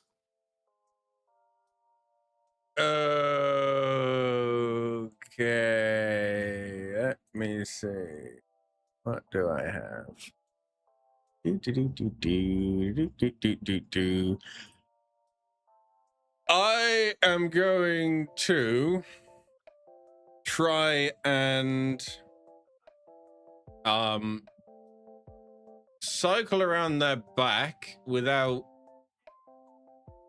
leaving their range. And as long as you don't move more than 5 feet away from them. Yeah, I kind of went whoop, and try and get behind them and just like grapple them and like lock my arms together so they can't get out. Huh? He's trying to do a grapple check. Oh, I want to okay. grapple, and instead of hugging them from the front, I want to get behind and hug them. Strength v strength then? The other one can actually choose athletics or acrobatics, but Dio has to do athletics. I have to do athletics. Oh, do I? Yeah, the opponent can choose whether to use dex or strength to try and escape. So that is a 19. So you reach out and try and grab the wrist, but unfortunately they are trained in karate, and they're able to rotate their wrists and actually turn it around and push your arms away from them because they rolled a 21. Of course. So grapple failed. Okay, so now it is Chitin's turn.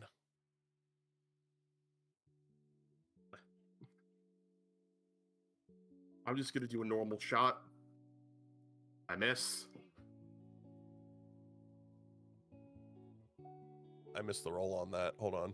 It was 11. an 11. Hits. Wait, hold. Nope, misses. Sorry, I was I looking thought at the so. wrong one. You're good. I'm gonna move forward and then chuck my last dagger Okay. for a 13. For 13, that hits. Not for a lot of damage, just for 2. Okay. So the dagger comes in and actually hits like their thigh. And they don't even react to it. They just look at you with that like hate. You know, I can't believe you killed my pet hate. We should probably have a talk about your weird monstrosities in this zoo. Hold on, I'm being bothered. My dad can't read anymore. Okay. So this zookeeper turns back and stares at you, Derek, for a minute and goes, "You killed them." Takes another swing at the dagger. Does a 19 hit? It does. Okay. And that sinks into your arm for 3 damage. Oh boy! Oh, you dodged one there. It's not your turn though. I am going to try and grapple them again because Chitin said not to kill this one. You can just hit him, just don't kill him. Okay, so great sword to the back of the dome to try and knock them unconscious. And that is a 21 hit. That hits. Also, I'm going to retro something really quick. These are not called zookeepers. They're just called keepers. Okay. That's my bad. Come on, no whammies. That will be 9 plus 3, 12 damage. And you were hitting with what now? Like, back of the greatsword to just like knock them unconscious. Oh, okay. So, or even like the flat side of the blade, just like a slap to the face. So they stab your arm, and you like before they can withdraw, you actually take the flat of your blade and just take it straight across their face, and they hit the ground and they're not moving. Didn't kill him, and then just slumps into the seat, bleeding profusely. I know there's a way to do this. Where's the downs?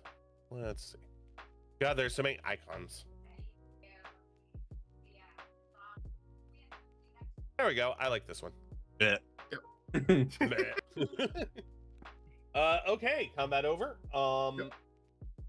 I will tell you there is, before we go on, because it's getting late for some of us. Yeah, it's our 3-hour mark. Mm-hmm. I wanted to ask, there is one more built-in encounter, or we can move to the end of this dungeon. You're that close to it. I mean, I need to Maybe do a we- little bit of a rest first. Yeah, I think we need to rest. I think we want to talk to this keeper rather, and get some answers. So Okay. maybe we can start next session with like a little impromptu interrogation after a short rest. Yeah, let's go ahead and do a short rest. This will also give you a chance to prep spells. Yeah. Give me my arrows back. Give you your So arrows I back. can push. Oh, Can I roll to retrieve my shots? Sure. I fired 5. So you roll d6. Got all 5 back. So what we'll do is we'll pick up here. Yeah, we will move on from this point next time. How did the players enjoy it? that I was really liked fucking it. brilliant. That was Oh, I have no hit dice left, but I have health. good. See, I have a healing factor. I don't need them hit dice. I have what's called a second wind, which means I can just go, nah. Yeah, we good. Yeah, I'll roll it just in case, but the bonus I get to the roll is how much HP I'm missing, so I know I'll second win successfully. There. Cool. I was missing 3 HP, so. I mean, and I Yeah, did it like because of like the flavor aspect of someone who doesn't know what they can do and just accidentally taps you for 7 health. I really And like it. I'm looking forward to interfacing with the, person who knows what they can do, but is apprehensive to do it, versus person who really wants to do it, but is still learning what they can do. Yes, I like it's one of those of Derek didn't know he could heal you like that, and then all of a sudden, yeah, those 8 Yeah. hit point, the 7 hit points or whatever I gave you could have come in useful for me, but So we're also going to do something a little weird. Okay. I want both of you to prepare to level up, but you will not level up until you're outside of this dungeon. Okay. Sounds good. Well, Level 4 basically- fighter is very easy, so I've got that ready. Yes, but basically know what you're going to do, so it's not going to take a half an hour to do so on stream next time. Okay. Because like I said, you got one encounter, and then you have the Freedom. finale of this play. And then I'm thinking there's a potential that you might meet your first supervillain in next time or the time after that. Woo! But that'll all have to wait until next time. Thank you all for joining Indeed. us for another Woo! Dungeon Rollers, Capes and Cantrips. I survived. Dio, what do Yes, you have you going did. on this week? I probably gonna play some Forza tomorrow.